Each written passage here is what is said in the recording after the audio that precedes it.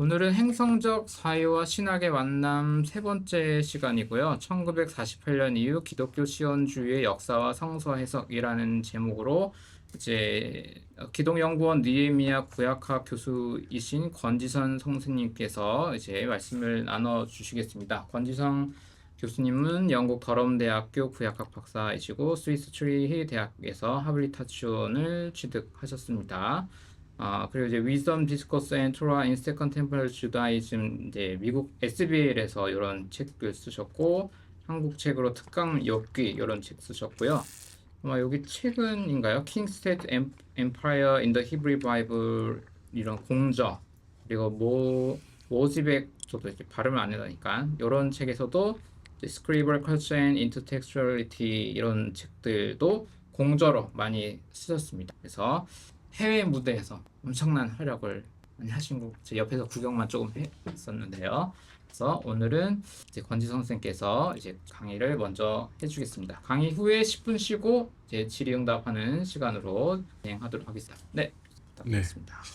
네 반갑습니다. 권희성입니다. 여기 온오프라인으로 모여주신 분들의 너무 감사드리고 초대해 주셔서 감사드리고 자주 불러주시기를 바라고요. 네, 그리고 내용이 사실은 이제 기독교 시오니즘 내용이 굉장히 방대해서 이거를 이제 자세하게 들어가서 말씀을 드리면은 너무 또 내용이 많고 모든 게 그랬던 것처럼 개인적으로 제가 그 니체를 되게 좋아하거든요. 니체를 좋아하는데 니체를 제대로 읽으면 굉장히 그 엄청 많은 시간을 또 투자해야 되거든요. 평생을 전 투자해야 된다고 생각을 하고 그리고 모든 분야들이 또 그런 것처럼 또 제가 아는 저는 이제 또 이렇게 이 기독교 시오니즘을 이제 오늘 나누긴 하겠지만 깊이 있게 들어갈 수는 없을 것 같고 일단 개념들을 조금 나누면 좋을 것 같습니다. 그리고 질문해 주시면 질문에 대해서 제가 대답을 해드리고요. 먼저 말씀드리고 싶은 것은 제 전공은 구약학입니다. 정확하게 구약학이기 때문에 제가 이제 시온주의 자체가 전공은 아니에요. 아닌데 어떤 부분이 있냐면 현재 21세기 그리고 1948년 그 전후에 지난 77년 동안 이런 인종청소급의 인종청소라고 말할 수 있죠. 그리고 100년 이상 동안의 엄청난 전쟁과 학살의 이념적인 개념 자체가 기독교 시오니즘이라고 말하는 것이 정확하다고 저는 생각합니다. 그래서 중동 문제의 원흉인 현재 단계에서 이스라엘의 사상적인 기반은 결국에는 기독교 시오니즘이라고 생각하고 멀쩡한 대학의 교수들도 대부분 그리고 지금 이제 이란 전쟁에 대해서 굉장히 반대 의견이 높잖아 이스라엘 내부에서. 근데 이제 실제로 그렇게 막 해서 막 이스라엘이 막 헛발질을 함에도 불구하고 80% 이상의 사람들이 이란과의 전쟁이 계속된다고 그 통계치가 나왔던 정도로 많은 사람의 개념 자체에는 굉장히 시오니즘 사상이 그냥 베이스로 깔려 있다고 보면 돼요. 굉장히 이제 제정신을 박혀 있다고 생각하는 사람들도 기본적으로 시오니즘적인 생각을 가지고 있고 그리고 기본적으로 이스라엘 사는 사람들이 유대교인은 아닙니다. 유대교인은 아니지만 기본적으로 시오니즘적인 개념을 갖고 있고 시오니즘이 뭐냐면은 이제 결론적으로 말하자면은 물리적으로 그 땅을 차지하는 것이 자기들의 정당한 권리라고 생각하는 거죠. 물리적으로. 그게 이제 시오니즘인데 물론 이제 뭐 다른 이야기지만 성서에 있는 시오니즘 개념이 있어요. 근데 이제 헷갈리면 안 되는데 성서의 시오니즘 개념은 시편에 주로 나옵니다. 근데 시편에서 시온이라고 하는 단어가 항상 같이 나오는 게 뭐냐면 공의라고 하는 개념이 항상 붙어서 나오게 되고 종말이라는 개념이 붙어서 나오거든요. 그러니까 이제 공의와 정의의 개념을 실천하는 그 공간이 시온이라는 개념이고 시편의 그 언어들이 연결되어져 있어요. 굉장히 광범위하게. 그러니까 이제 구약 성서에서 말하는 시오니즘하고 지금 우리가 말하는 시오니즘은 아무 관련이 없습니다. 그리고 참고로 말씀드리면 구약 성서에는 시온주의라고 하는 개념은 없어요. 없다는 말씀을 드리고 왜 없는지는 조금 이따가도 한 번 더 말씀을 드리겠습니다. 그리고 오늘이 1948년 이후에 대한 내용인데 제가 이후의 기독교 시오니즘의 어떤 현상들을 좀 간단하게 설명드리고 그것만 하면 이제 한 90분 정도 되는데 그것만 하면은 좀 심심하잖아요. 그래서 1948년 기독교 시온이즘이라고, 그리고 이제 성서 해석에 있어서 우리가 어떠한 걸 좀 생각해 봐야 되는지를 이야기해 보도록 하겠습니다. 1948년 이전의 기독교 시오니즘을 간단하게만 보겠습니다. 간단하게 말씀드릴 텐데, 저 자료는 그냥 한번 여러 번 보시고 저 자료대로 꼭 안 할 테니까 흐름만 한번 보시면 좋을 것 같습니다. 시오니즘은 19세기 말에 테오도르 헤르즐이 유대 국가가 단순히 종교적인 회복에 대한 기대감이 아니고 하나님이 주시는 땅, 종교적인 개념이 아니고 실제적으로 국제법상 외교적으로 확보해야 되는 영토, 국가의 건설의 이데올로기로 정착시키면서 발생한 게 시오니즘의 개념이거든요. 그러니까 항상 시오니즘 개념이 시작하면 대부분 헤르츠르부터 출발해요. 헤르츠. 그런데 이 개념은 사실은 이제 크리스천 시오니즘이라는 개념을 이제 이야기할 텐데 16세기, 19세기에서 회복주의라는 개념이 있습니다. 회복주의는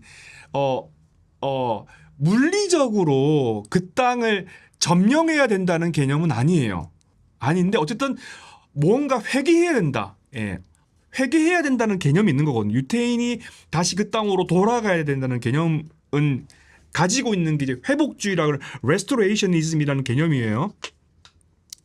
근데 이제 기독교 시오니즘 그리고 시오니즘은 결론적으로 딱 깨놓고 말해서 뭐냐, 제국주의 식민주의의 기획입니다. 긴 역사가 있는데 간단하게 말하자면은 시오니즘이 본격적으로 등장하기 전에 기독교 시오니즘이 그럼 어떤 개념들이 그 이전에 있었느냐 생각해 보자면, 그 이전에는 인위적인 방식으로 그들이 흩어졌는데 망했죠. 로마 시대가 오면서 흩어진 사람들이 인위적인 방식으로 그 땅에 돌아가는 것을 그 어떤 유대교에서도 교리적으로 만들 적이 없습니다. 그리고 그들은 원하지 않았어요. 유럽에 살고 있던 유태인들은 이 테오도르 헤르즐이 이러한 시오니즘의 기획을 말했을 때 불쾌했어요. 대부분의 유태인들은. 왜냐? 그들은 그들의 정체성을 가지고 유럽인으로서 다양성을 가지고 살아가기 원했어요. 그런데 오히려 시오니즘의 기획으로 인해서 엔티세미티즘이 더 많이 기승을 부릴 것에 대하여서 염려했습니다. 그리고 시오니즘의 기획은 그들의 관점에서 볼 때 반성서적이었어요.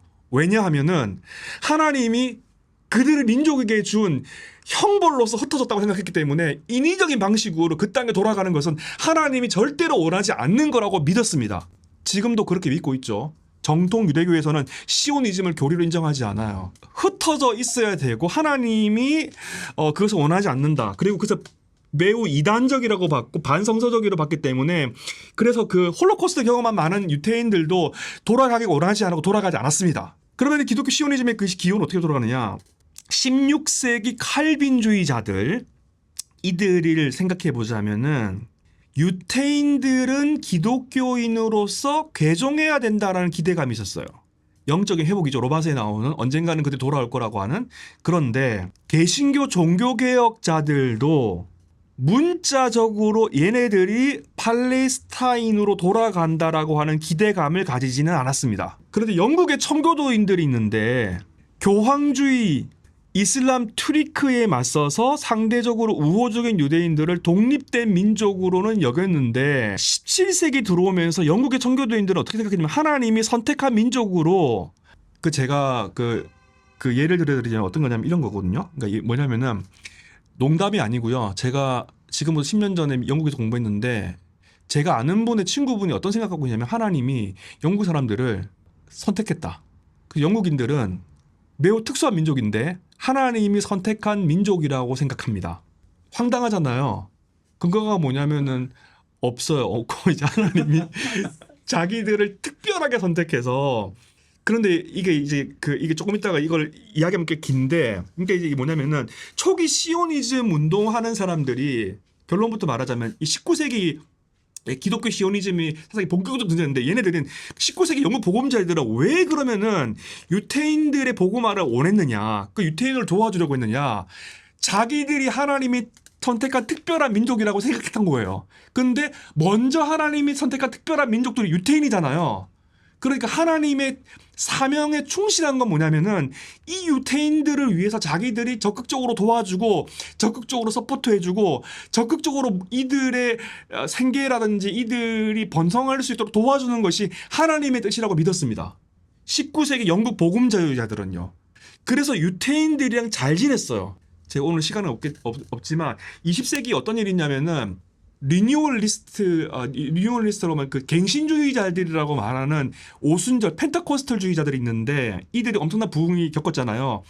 그래 이 사람들은 적극적으로 유태인들과 이스라엘의 국가주의라든지 시오니즘을 도와줘서 리뉴얼리스트 자이오니즘이라는 게 있는데 이게 뭐냐면은 시오니즘의 종말론적인 사상에 오순절 교단의 교리, 그러니까 정통 전천년설을 끼워 맞추거든요. 그러니까 조금 이따 말하겠지만 자기들이 눈앞에 보는 현실 속에서 성경에서 하나님이 뭔가 마지막 때 요한계시록 같은 거 보면 하나님 마지막 때 막 사람들을 불러보고 이스라엘의 사람을 모으고 막 어떤 엄청난 이 전 지구적인 우주적인 일이 막 일어나잖아요. 근데 얘네들이 TV에 보니까 유태인들이 예루살렘에 돌아가네?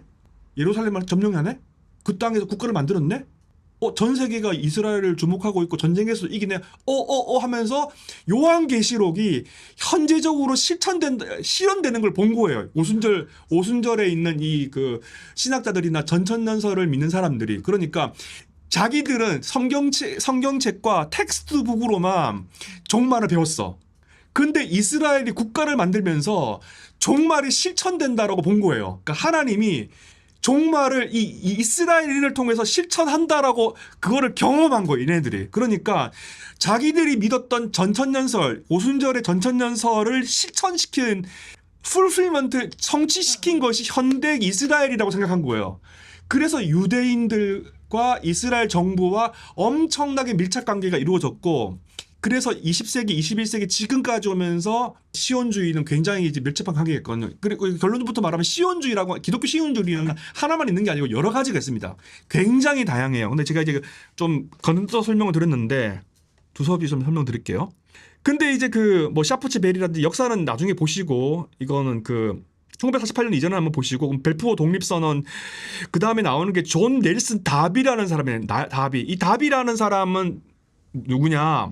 꼭 기억해야 될 게 뭐라면 세대주의 전전선언. 이게 세대주의 전전선언은 뭐냐? 디스펜세이션인데 대표적인 게 이제 그 달라스 신학교죠. 세대주의는 뭔지 알죠? 그 성서에 있는 많은 사건들을 이제 시대별로 구분하는 거잖아요. 그래서 이제 이스라엘과 교회를 구분합니다. 예, 교회와 이스라엘 구분하는 거고, 기본적으로 전전선언은 뭐 그것도 다양한 게 있는데 교회와 이스라엘 구분하지 않아요. 그러니까 뭐냐면은 이스라엘은 곧 교회고 교회는 곧 이스라엘이라고 생각하는 것이 전천년 프리밀레니얼리즘이라고 하면은 천년왕국이 온 다음에 예수님이 온다. 그 전천년설이잖아요. 근데 세대주의는 뭐냐면은 이스라엘의 회복, 국가적인 회복이랄지, 이스라엘의 인종주의적인 어떤 회복, 이러한 것들이, 그리고 그들이 기독교인이 되는 것, 이것이 예수님의 재림 이전에 드러난다. 천년왕 기간 동안 일어난다고 하는 거거든요. 다르게 말하면 그런 건데, 그래서 다비는 뭐냐면은 유태인들을 위한 천년왕국과 그리스도를 위한 천국을 분리시키는 이분적인 방식으로 성서를 보았고, 그래서 우월한 선민, 선택받은 유태인들은 이 지상에서 팔레스타인을 회복할 거라고 봤습니다. 그리고 이렇게 교리적인 영역이 윌리엄 블랙스톤이라는 사람이 있는데, 이 사람은 최초의 기독교 시온주의자라고 불릴 수 있습니다. 제가 좀 더 또 한 번 더 말씀드리겠습니다. 그래서 이 사람이 한 일이 많이 있는데, 뭐 예수가 온다라는 이걸 통해서 세대주의 예언을 엄청나게 확장시켰어요. 그리고 이 사람이 블랙스톤 미모리얼이라는 걸 통해서 이거를 정치화시켜서 이 사람이 팔레스타인을, 물리적인 팔레스타인 땅을 유태인들에게 돌려줘야 된다는 청원을 미국 대통령인 벤자민 해리슨에게 제출했습니다. 그러니까 두 사람을 꼭 기억해야 되는데, 존 넬슨 다비, 세대주의 전천년설 창시한 사람, 물론 그전에도 이런 것들이 있었지만 물리적인 회복에 대해서는 말하지 않았죠. 그리고 윌리엄 블랙스톤이라는 사람이 있었습니다. 이 두 사람을 꼭 기억하시기 바라고, 그 다음에 1948년으로 가서 좀 이야기해보자면 이런 거죠. 1948년에 뭐냐, 아까 말했잖아요. 1948년에 궁극적으로 이스라엘이 국가를 만듭니다. 근데 그 이전에 어떤 일이 있었냐면 간단하게 말하면 이런 개념이에요. 얘네들이 그냥 정착촌이라는 말을 많이 써요. 이게 쉽게 말하면 정착촌이 아니고 뭐냐면은 총 들고 가요.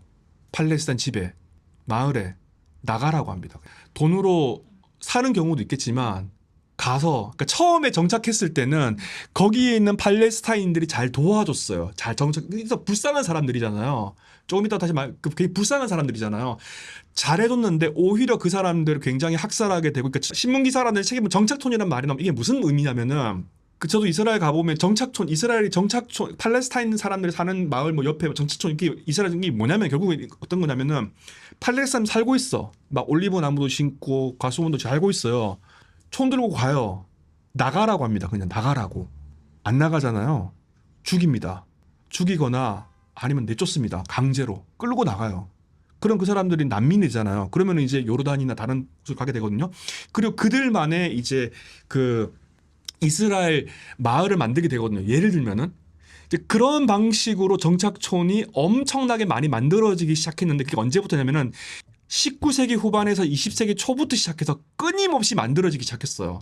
근데 1948년에서 이 구체적인 역사를 설명하는 시간이 아니기 때문에 이제 국가를 건립하게 된 거죠.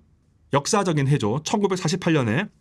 근데 이때 우리가 알고 있는 미국 복음주의 기독교 시온주의가 완성된 건 아니에요. 제가 오늘 세미나의 제목이 1948년 이후인데 이제 시작합니다. 이제 1948년은 복원주의적인 상상력. 언젠가는 하나님이 얘네들을 로마서에 있는 것처럼 얘네들을 하나님이 다시 부르셔가지고 그리스도를 믿는 사람으로 만드시겠구나. 그런 상상력들이 있었잖아요. 청교도주의라든지 칼빈주의라든지 아니면 이런 다양한 복음주의자들이 그런 생각을 갖고 있었는데 그게 점점 더 현실화가 되는 거예요. 그러니까 이걸 어떤 개념으로 받아들이냐면은 내가 우리 할아버지나 아빠한테 요한계시록 배웠어. 신학교에서 배웠는데 TV를 보고 있는데 어라? 이스라엘이 국가를 만들어버리네? 충격적인데? 성경이 현실이 되네? 이러면서 예언의 성취로서 이스라엘을 생각하니까 이스라엘이 하고 있는 학살이라든지 정착촌을 만드는 거라든지 거기서 식민주의 통치를 한다라든지 그 이전에 영국이 식민주의 통치하면서 그걸 넘겨주고 불법적으로 넘겨주고 유엔이 하지 말라고 했는데 막 하면 안 된다고 하는데 막 뵙자라고 하면서 그 땅을 막 차지해버린 거잖아요. 그건 아무런 중요한 게 아닌 거예요. 복음주의자들 눈에는. 왜냐하면은 이거는 요한계시록이 실천된 거기 때문에 이거는 성스러운 행위예요. 얘네는 성스러운 민족이야. 성스러운 행위야. 그러니까 예언이 성취된 것이니까 이스라엘이 하는 모든 행위는 왜 한국 교회 복음주의자들과 미국에 있는 뭐 지금은 많이 좀 바뀌기도 했지만 왜 이스라엘 깃발을 두고 나오냐? 예언의 성취로서 이스라엘의 행위를 전부 정당화하기 때문에 그런 거거든요. 오늘 할 내용이 결론입니다, 이게. 그러니까 전천년설을 따르는 복음주의자들은 뭐냐면은 이스라엘 국가가 학살을 하든 뭘 하든지 간에 이거는 정치가 아니고 하나님이 유태인들을 통해서 요한계시록을 실천하고 있다라고 생각하기 때문에 신의 행위가 되는 거예요. 이게 결론입니다. 1948년에 모든 이스라엘에 있던 모든 그 쓰레기 같은 그 더러운 일들은 그리고 제국들이 다 도와준 그 모든 일들은 영국, 미국 적극적으로 유럽의 국가들이 이스라엘을 도와준 모든 행위는 로비를 통해서 된 건데 교회의 입장에서는 하나님이 요한계시록을 성취시킨 사건으로서 생각한다는 거예요. 6.1 전쟁이라든지 그 모든 것들이. 그러니까 미국 보수 개신교들은 이스라엘의 행위는 예언을 확인시켜준 사건이고 성서가 진짜 하나님의 말씀이구나라는 것을 실천시켜준 사람이 이스라엘인 거예요. 그러니까 얘네들이 막 눈이 막 밝아지기 시작하면서 이스라엘을 이제 칭송하기 시작하는 거죠. 이스라엘 축복해. 아브라함 사건이 그런 거지 않습니까? 아브라함을 축복하는 자에게는 축복한다라고 말하니까 교회에서도 메시지가 현대 이스라엘을 축복해야만이 수복음교회가 잘 되죠. 그리고 여자성교회가 오순이 잘 되니까 그 논리인 거예요. 예. 이 1948년의 이 사건 예수 그리스도의 탄생 이후에 가장 중요한 사건이라고 표현하고 왜냐하면은 신약 성서 전체가 그리스도께서 다시 오실 종말을 기대하고 있잖아요. 그 종말을 기대하는데 예수님이 어떻게 오느냐? 어떻게 오냐면 천년왕국이 와야 돼. 그 천년왕국의 마크가 뭐냐? 디바인 마크가 뭐냐면은 이스라엘이 돌아오는 거예요. 개종하는 겁니다. 물론 개종은 안 하죠. 걔네들이 개종을 안 하는데 유태인들과 그러니까 이제 세속주의 시오니즘과 유대교적인 뭐 시오니즘 뭐 그게 뭐든지 간에 기독교인들은 그게 굉장히 모순적인 건데 기독교인들은 그 로마서적인 요한계시록적인 생각에서는 유태인들이 개종을 해야 돼. 개종해야 돼. 그게 로마서고 사도행전이고 요한계시록이 말한 그 포식이잖아요. 개종은 많이 안 하거든요. 물론 메시아닉 주요가 있고 복음주의자들이 그거 안 있긴 하지만 그건 아닌데 근데 어쨌든 이게 중요한 사건이라면 종말과 관련됐기 때문에 그래서 1948년 이후에 이거는 뭐냐면은 크리스천 자이오니즘은 정치 운동이가 아니고 이거는 해석이에요. 해석하는 공동체예요. 이거는. 그래서 이스라엘이 국가를 만들어서 학살하는 거 총으로 사람을 죽이고 학살하고 내쫓고 하는 거 그 모든 것은 예언으로서 있는 거라는 거예요. 현실을. 예언의 실천으로서 있는다는 거예요. 그런데 이 단계는 아직까지도 로비, 관광, 예루살렘 관광하는 거, 헌금 네트워크, 미디어 조직 이런 현대적인 운동으로 전환했던 건 아니야 아직까지. 근데 1967년에 무슨 일이 일어났냐? 6.1 전쟁이라는 게 있는데 이거 뭐냐? 이스라엘이 동예루살렘, 서안지구, 가자, 골란고, 시나이 반도를 불법 점령한 사건인데 이 유엔은 이거를 불법이다. 철수해라. 근데 이스라엘은 요르단강 서안과 가자 지구에 정착촌 프로젝트 아까 얘기했던 정착촌 프로젝트는 정착촌 프로젝트가 아니고 그거는 그냥 다 죽이고 내쫓는 거라고 했잖아요, 제가. 참고로 말하자면은 최근에도 법이 통과됐는데 총으로 그냥 쏴도 기소 안 당하는 법이 통과됐거든요. 그 제가 지금 기억이 정확하다면 그런 법이 통과됐어요. 뉴스에서 봤는데.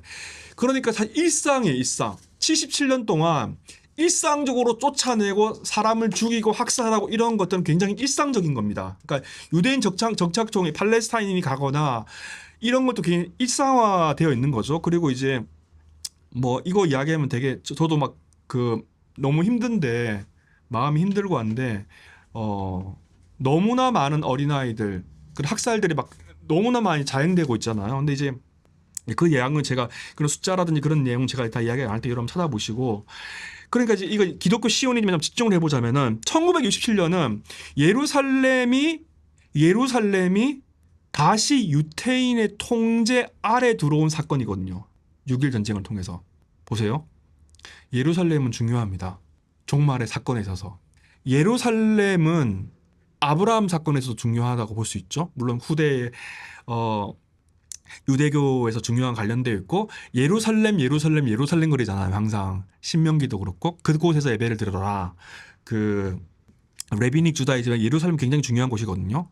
산당을 철거하고 지방 산당을 예루살렘에서 예배를 드리라고 막고 신명기 교사서에서도 예루살렘이 곧 시온이기도 해요.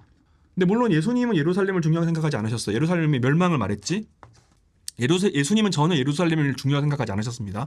근데 어쨌든 이 예언에서 예루살렘인데 근데 이제 어떤 거냐면은 내가 학교에서 정말 올 때 예수님이 재림할 때 예루살렘으로 재림을 한다 이런 식으로 이해를 했단 말이에요. 역사를 해석할 때 진짜 그게 예루살렘으로 예수님이 올지 안 올지 모르지만 어쨌든 간에 예루살렘을 통해서 예수님이 재림이 이루어지고 그 땅을 차지한다는 말은 예언에 없지만 그런 식으로 해석해 왔단 말이에요. 종말의 사건을 시오니즘적인 관점에서 해석해 왔는데 학교에서 배웠어. 근데 성서 지리를 보면서 아, 이 지리가 이게 성경에 있는 지리구나. 예루살렘에 예수님이 오는구나 이렇게 봤어.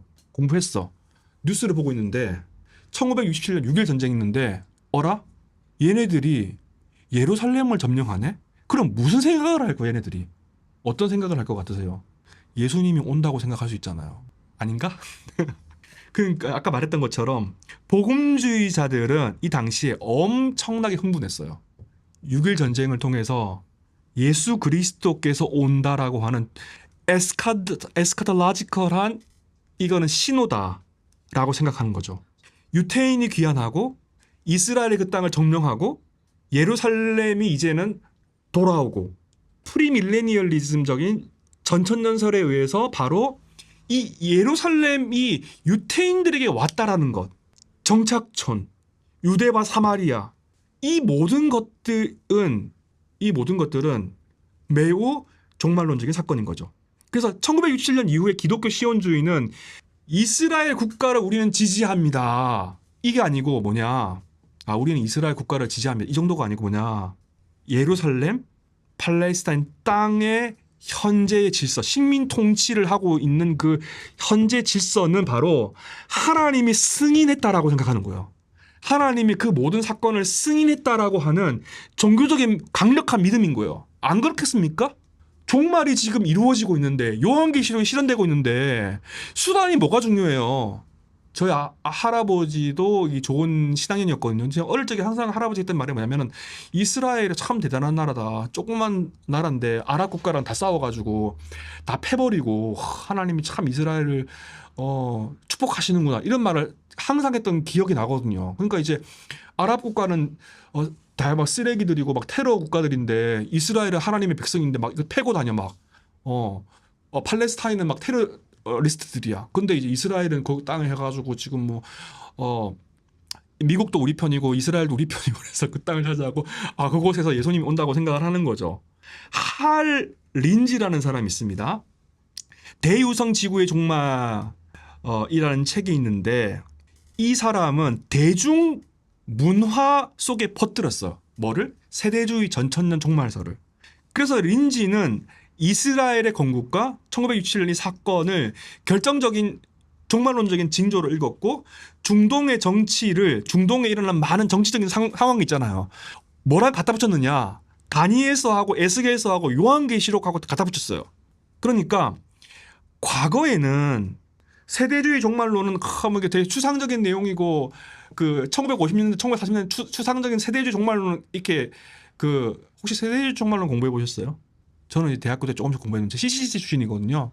가끔 세대주의 종말론 하는 분이 계세요. 그 인터콥에 계신 그분이랑 몇 번 오셔가지고 그러니까 그분은 맨날 이제 예루살렘 타령을 하잖아요. 백투 예루살렘 운동도 하시고 그러니까 그때는 그냥 추상적인 내용을 했지만 이제는 신문을 한 손에 들고 성서를 한 손에 읽으면서 하나님이 실제로 세계 속에서 하시는 일들을 그들은 목도하게 되는 거죠. 이제 그런 내용들이 있습니다.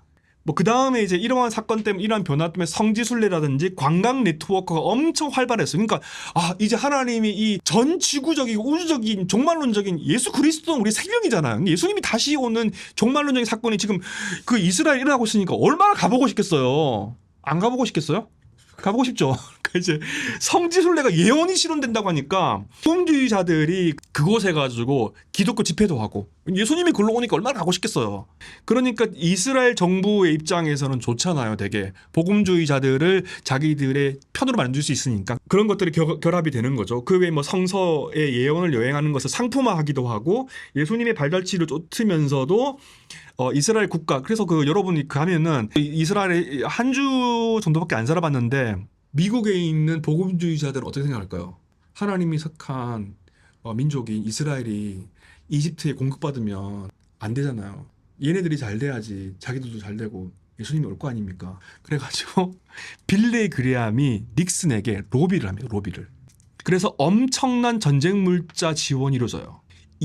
트럼프 2기 때는 그게 좀 덜합니다. 마가라 이 로비 집단이 좀 바뀌긴 했거든요. 1기 때는 기독교 시오니즘 단체들이 굉장한 로비를 했었어요. 근데 어쨌든 전쟁 물자 지원이 이루어지고 이 사건 이후에 미국 유대인 위원회는 복음주의자들과 더욱 긴밀한 협력을 하게 되는데 1977년에 어떤 일이 또 있었냐? 이스라엘에서는 메나헴 백인의 리쿠드가 집권하면서 미국에서 복음주의자 지미 카터가 대통령이 됩니다. 카터는 친이스라엘 정서를 갖고 있었어요.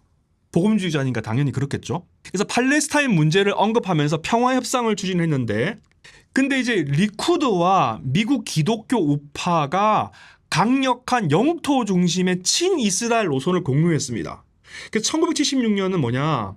1967년은 기독교 시오니즘이 상승하던 시대였는데 그래서 미국의 정치 우파, 복음주의자, 친이스라엘 로비가 삼각동맹을 형성했던 시기이기도 해요.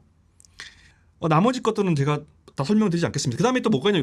도널드 레이건 때에 정부가 들었었는데 이 행정부는 레이건 기독교 시오니즘의 영향력을 강화시켰어요.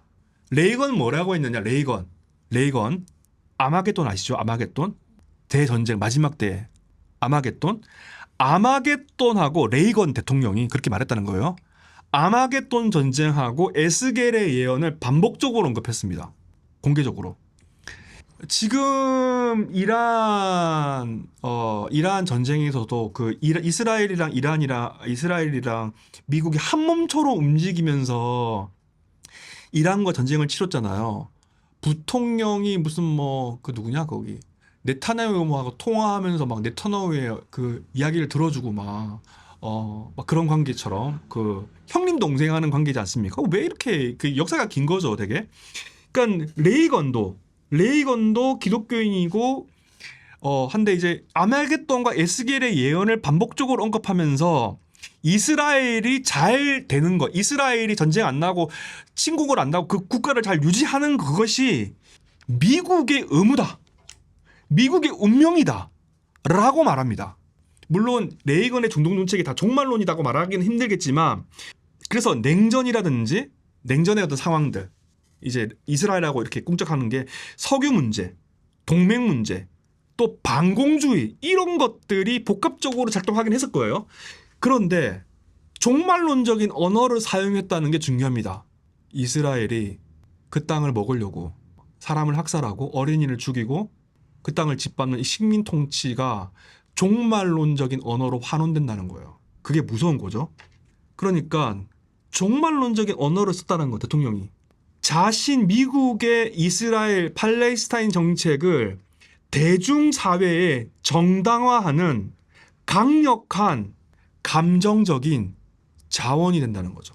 종말의 언어, 신앙의 언어, 신의 언어가 전쟁과 학살을 정당화시키는 그러한 메커니즘을 레이건이 했다는 거죠. 에스겔의 언어를 가지고. 그래서 이스라엘은 단지 그냥 동맹이다, 동맹국가다, 서로 돕는 관계다, 군사동맹이다. 그게 아니고 하나님의 신의 나라, 하나님의 계획 속에서 미국도 선택받은 하나님의 참고로 말하면 복음주의에 있는 그 많은 교회들은 하나님이 자기를 선택한 나라라고 이제 미국을 생각하겠죠. 예. 아닌가? 제가 다녔던 많은 미국에 있는 복음주의 교회는 그렇던데 하나님의 계획 안에 있는 나라라는 인식을 미국 복음주의 보수층에게 레이건식의 강경 노선을 수용하게 만들었다는 거죠. 그러니까 이제 하여튼 일단 넘어가고 근데 이제 여기는 제가 안 썼는데 버락 오바마 때는 제가 알고 있기로 크리스천 자이오니즘의 로비가 안 통했어요. 그래서 욕을 많이 먹었습니다. 복음주의자들한테 버락 오바마가 기독교 시오니즘을 그래서 굉장히 버락 오바마는 이성적이고 합리적으로 그 문제를 접근하려고 했잖아요. 그러니까 이게 로비가 이빨이 안 먹혔던 거거든요. 근데 하나만 언급하고 제가 그 해석하기로 좀 넘어가서 설명을 드리려고 해요. 근데 기독교 시오니즘 항상 유대인들 그리고 유대교와 기독교의 문명을 결합시킵니다. 항상 기독교 시오니즘은 세례주의 종말과 관련 있는 거죠. 근데 미국은 바로 유대교와 기독교의 문명 전체를 수호하는 수호자다. 미국이 유대인들과 유대교를 지켜주고 기독교 문명 사회를 무슬림으로부터 지켜주는 수호자라는 의식이 있거든요.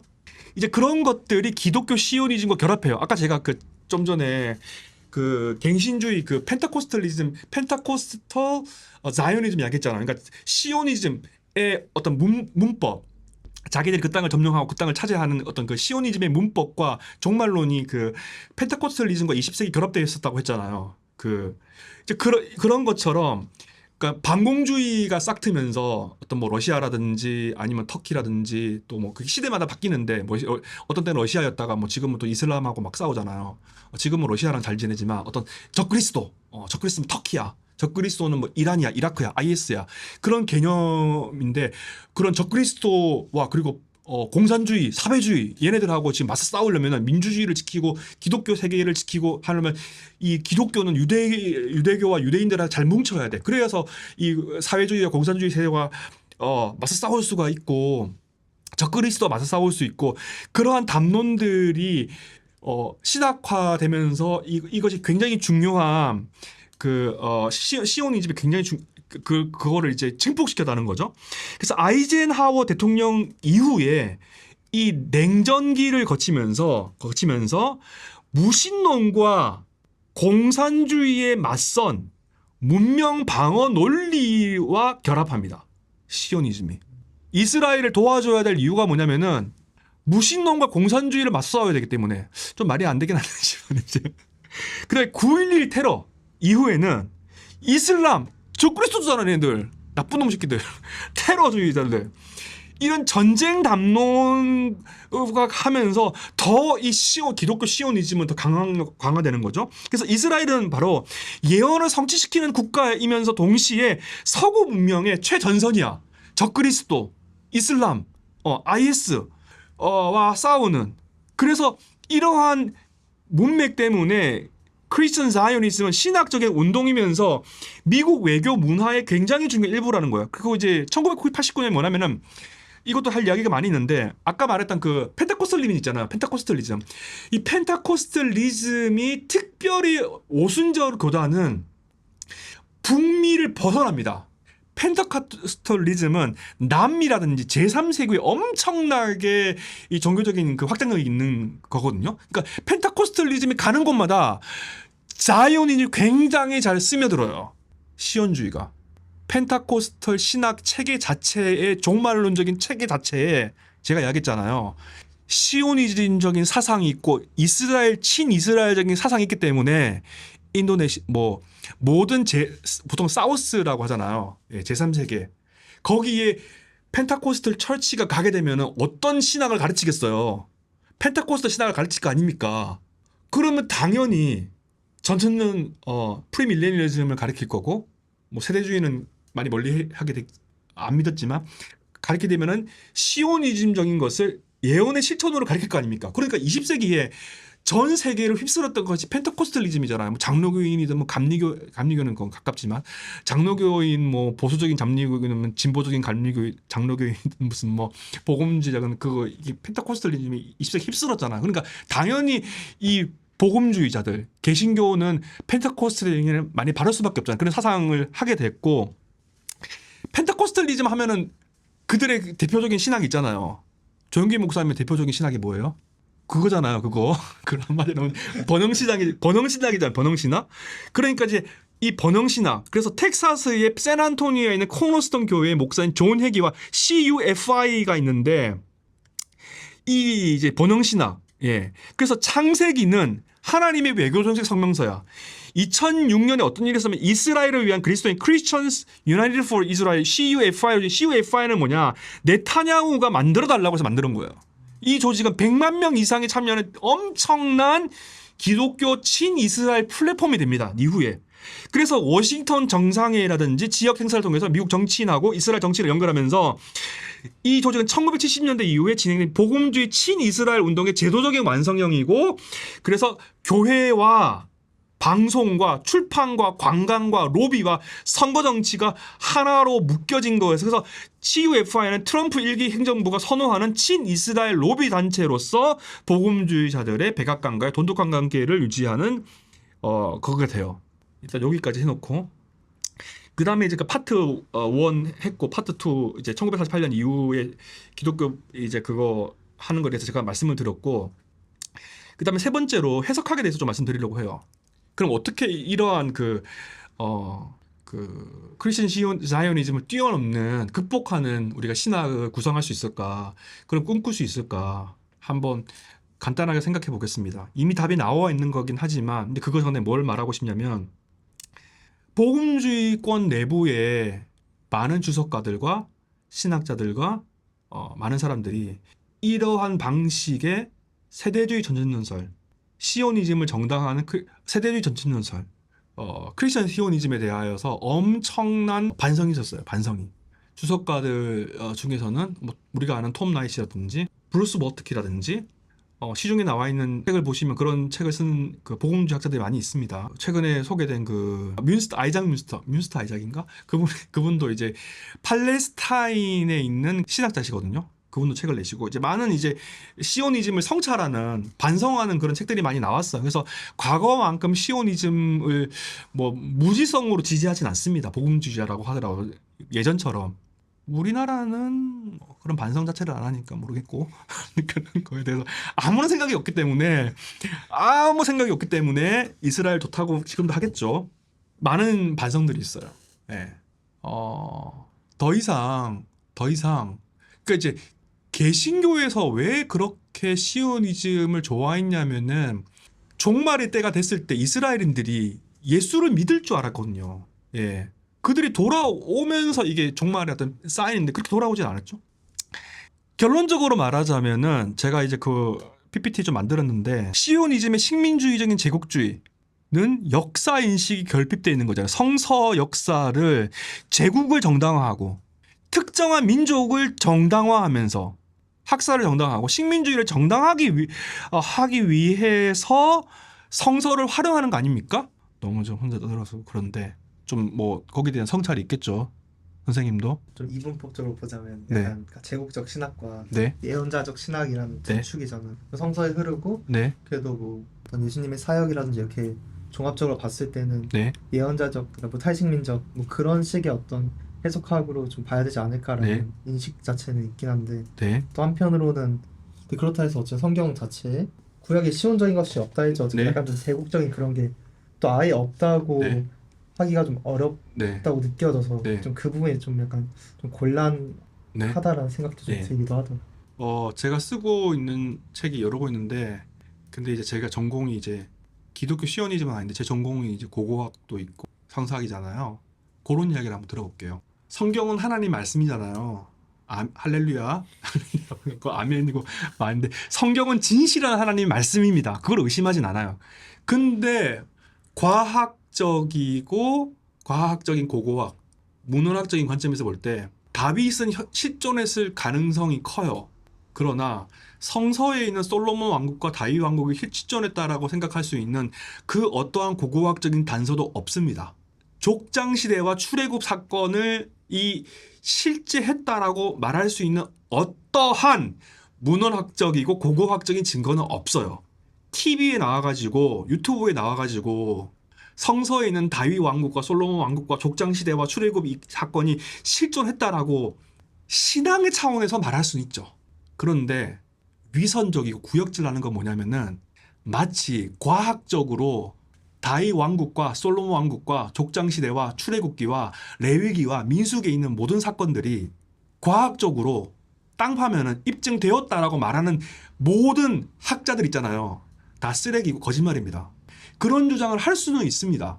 할 수는 있으나 근데 뭐라고 말하면 안 되냐면은 성서에 있는 모든 것들이 과학적으로 땅 파면은 고고학적으로 증명될 수 있다고 말하는 사람 있잖아요. 100% 사기꾼이에요. 그분들 중에 제가 아는 분도 많이 있는데. 근데 이제 맥시멀리스트일 수 있죠. 그러니까 제가 말하는 거는 그 맥시멀리스트가 이런 건 아니에요. 뭐냐면은 닥치고 다 믿어라. 이건 맥시멀리스트 아닙니다.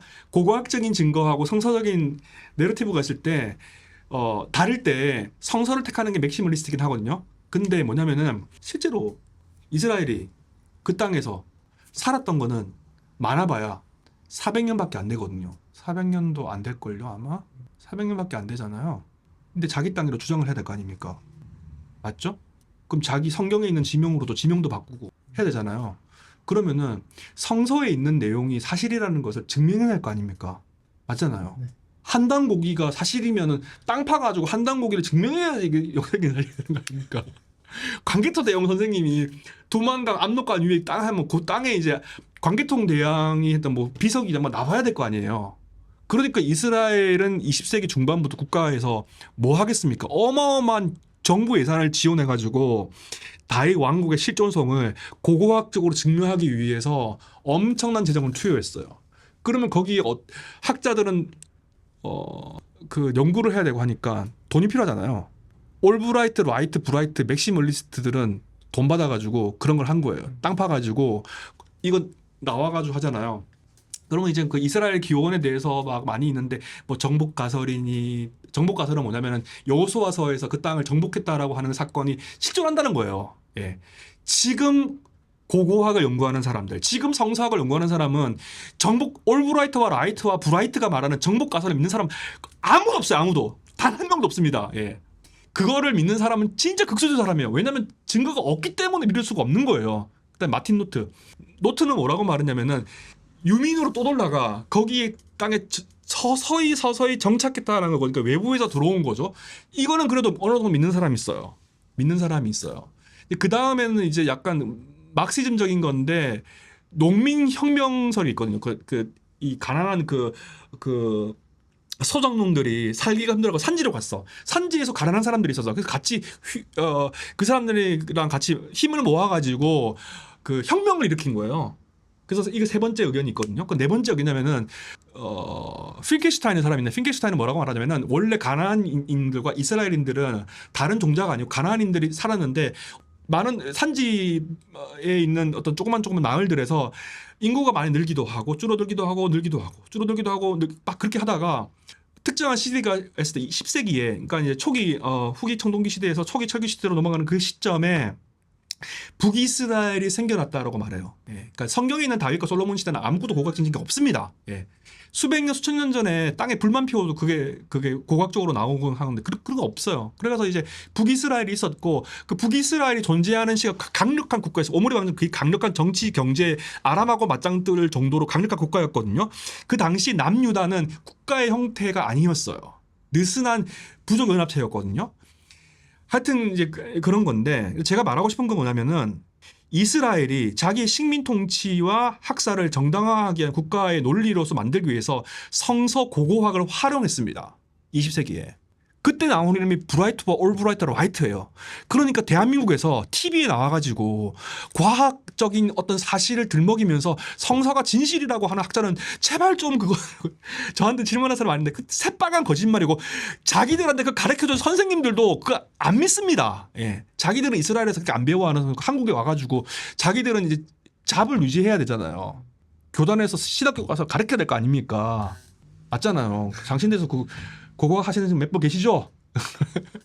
그러니까 막 고고학 막 가 이스라엘 가 땅 파서 와.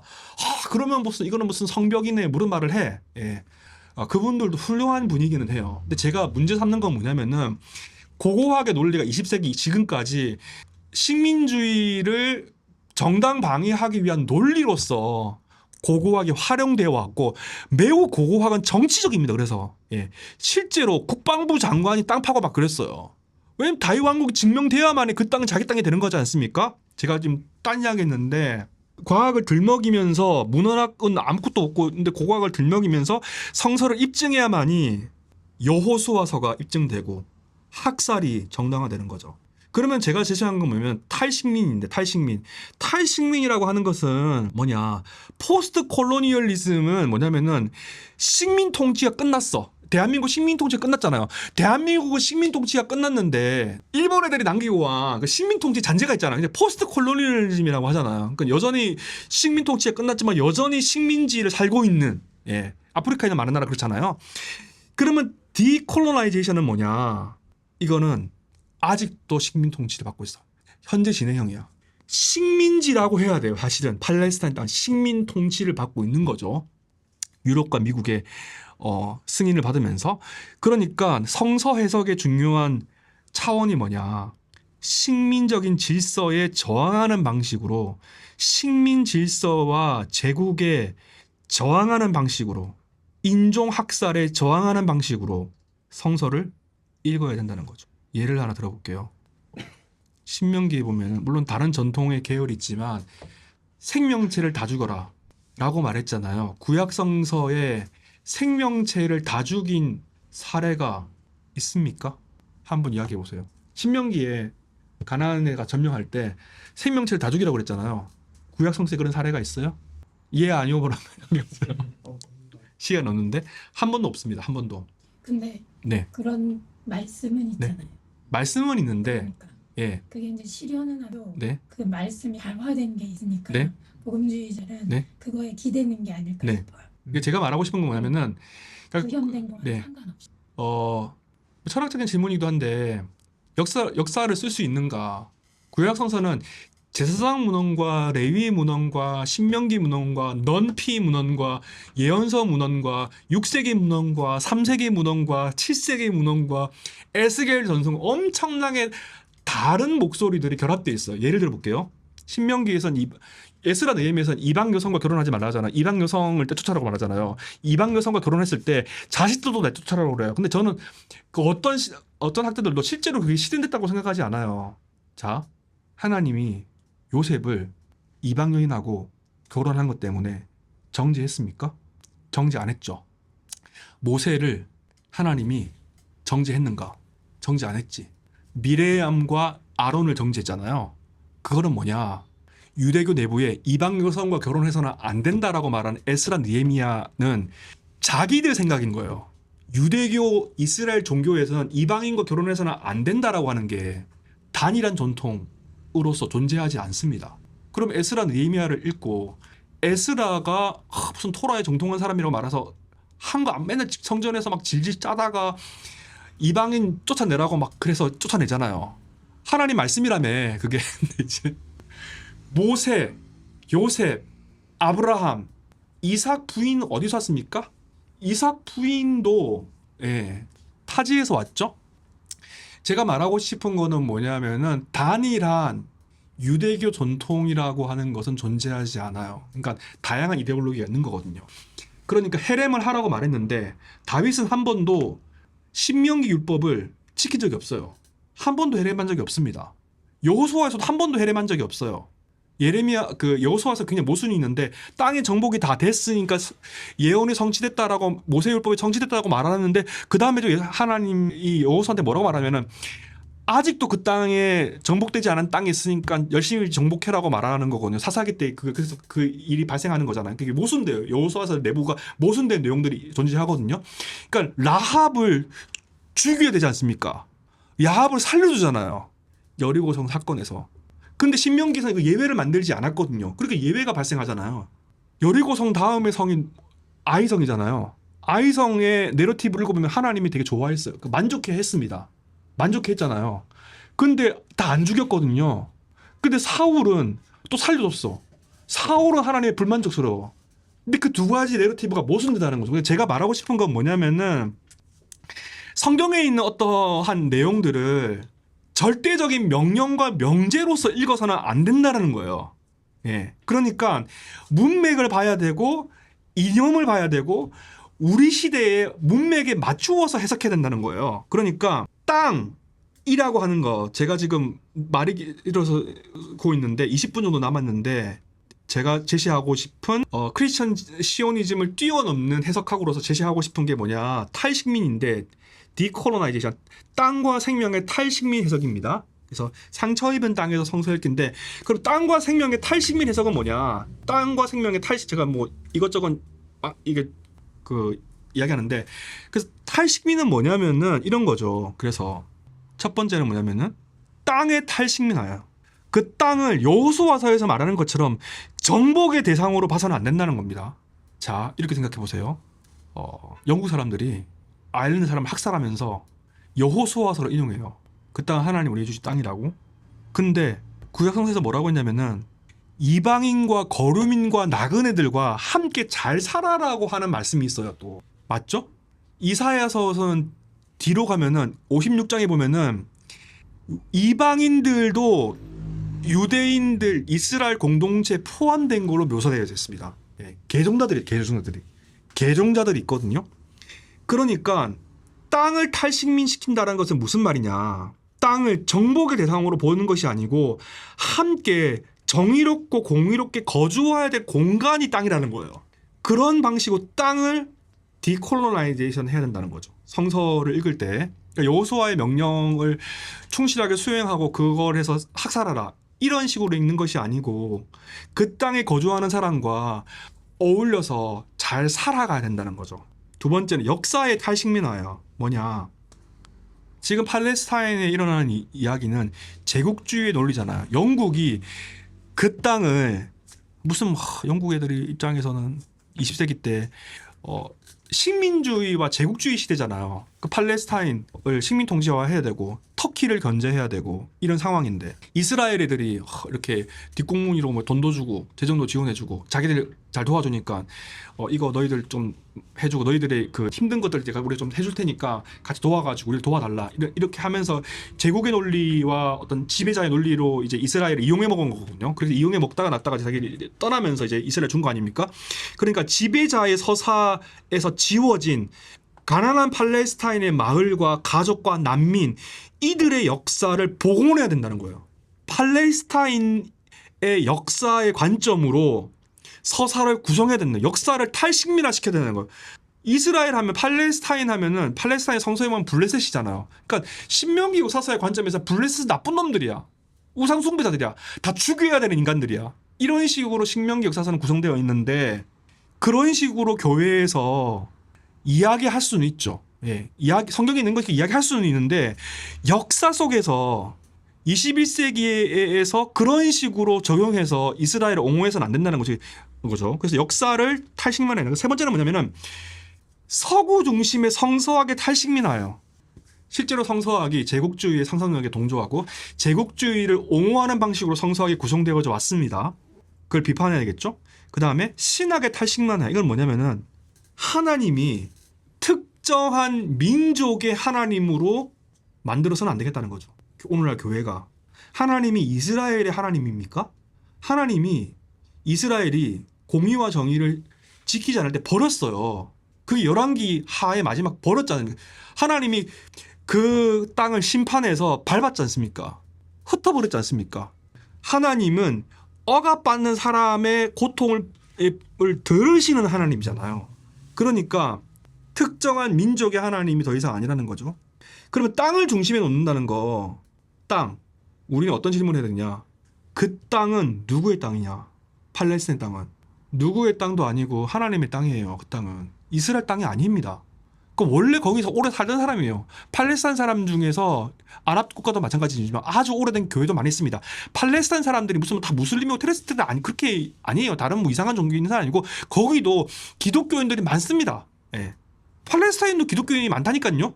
예. 그리고 거기에 그 땅에 있는 집은 누구 거냐? 거기에 농사를 짓는 사람이 있어요. 올리브 나무를 심는 사람이 있습니다. 그 땅에 살아가는 사람은 물을 사용해야 되는 권리가 있고요. 그 땅의 도로는 그 땅에 사는 사람이 그 도로를 활용할 수 있는 권리가 있어요. 그래서 그 땅은 하나님께 속하여져 있고 그리고 인간은 단순히 그 땅의 나그네일 뿐입니다. 그 다음에 생명이라고 하는 거죠. 크리스천 자이오니즘의 신학과 해석학에 맞서서 우리는 어떤 걸 생각하냐면 생명을 생각해야 된다. 생명. 땅에 대해서 뿐만 아니고 생명을 말하는데 엔티세미티즘도 문제입니다. 극단적인 유대인 혐오주의도 문제고 팔레스타인들을 먼지처럼 생각하면서 짓밟는 것도 문제죠.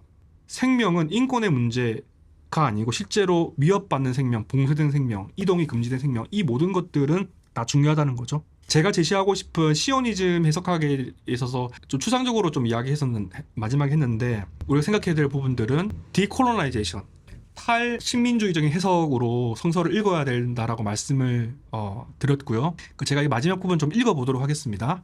땅과 생명의 탈식민 성서에서 결론 부분인데요. 을 제시합니다. 역사 비평 혹은 구속사적인 성서 본문의 의미만을 묻지는 않는다. 역사 비평은 언제 누가 어떠한 의도로서 성서를 만들었는지 역사 비평인 거죠. 구속사는 하나님이 창조와 타락과 그리스도를 통한 재창조와 종말의 관점의 방식으로 성서를 읽는 거잖아요. 그런데 우리는 역사 비평, 언약 신학, 구속사 신학 이런 것만으로 해석해서는 안 된다는 거죠. 어떤 질문으로 텍스트에 던져야 되느냐? 성서의 땅에 대한 약속, 이스라엘 전성이 오늘날 한 민족의 영토 독점, 다른 민족을 추방하고 점령하고 전쟁을 정당화하는 방식으로 사용될 때 우리는 성서를 어떻게 다시 읽어야 하는가에 대해서 고민해야 된다는 겁니다. 우리는 성서를 특정 민족의 소유권 문서로 읽는 것을 거부한다는 겁니다. 성서는 정의로운 공동거주의 증언입니다. 정복 허가서가 아닙니다. 위협받는 생명을 보호하라는 하나님의 요구 문서로 읽어야 합니다. 성서의 땅은 한 민족이 다른 민족을 추방할 권리를 부여하는 소유물이 아닙니다. 모든 생명이 정의롭게 살아가야 되는 하나님의 땅, 바로 이것이 상처 입은 땅에서 두 발을 딛고 성서 읽기가 지향하는 새로운 해석학적 지평이고 성서를 국가의 무기로서 활용하는 것을 해방하고 땅을 민족의 우상으로부터 해방시키고 그 땅에 사는 유태인과 팔레스타인 모두의 생명을 종말론과 제국 정치의 도구화로부터 해방시키려고 하는 것이 우리가 생각하는 그러는 거죠. 그러니까 이제 예를 들면 이런 거죠.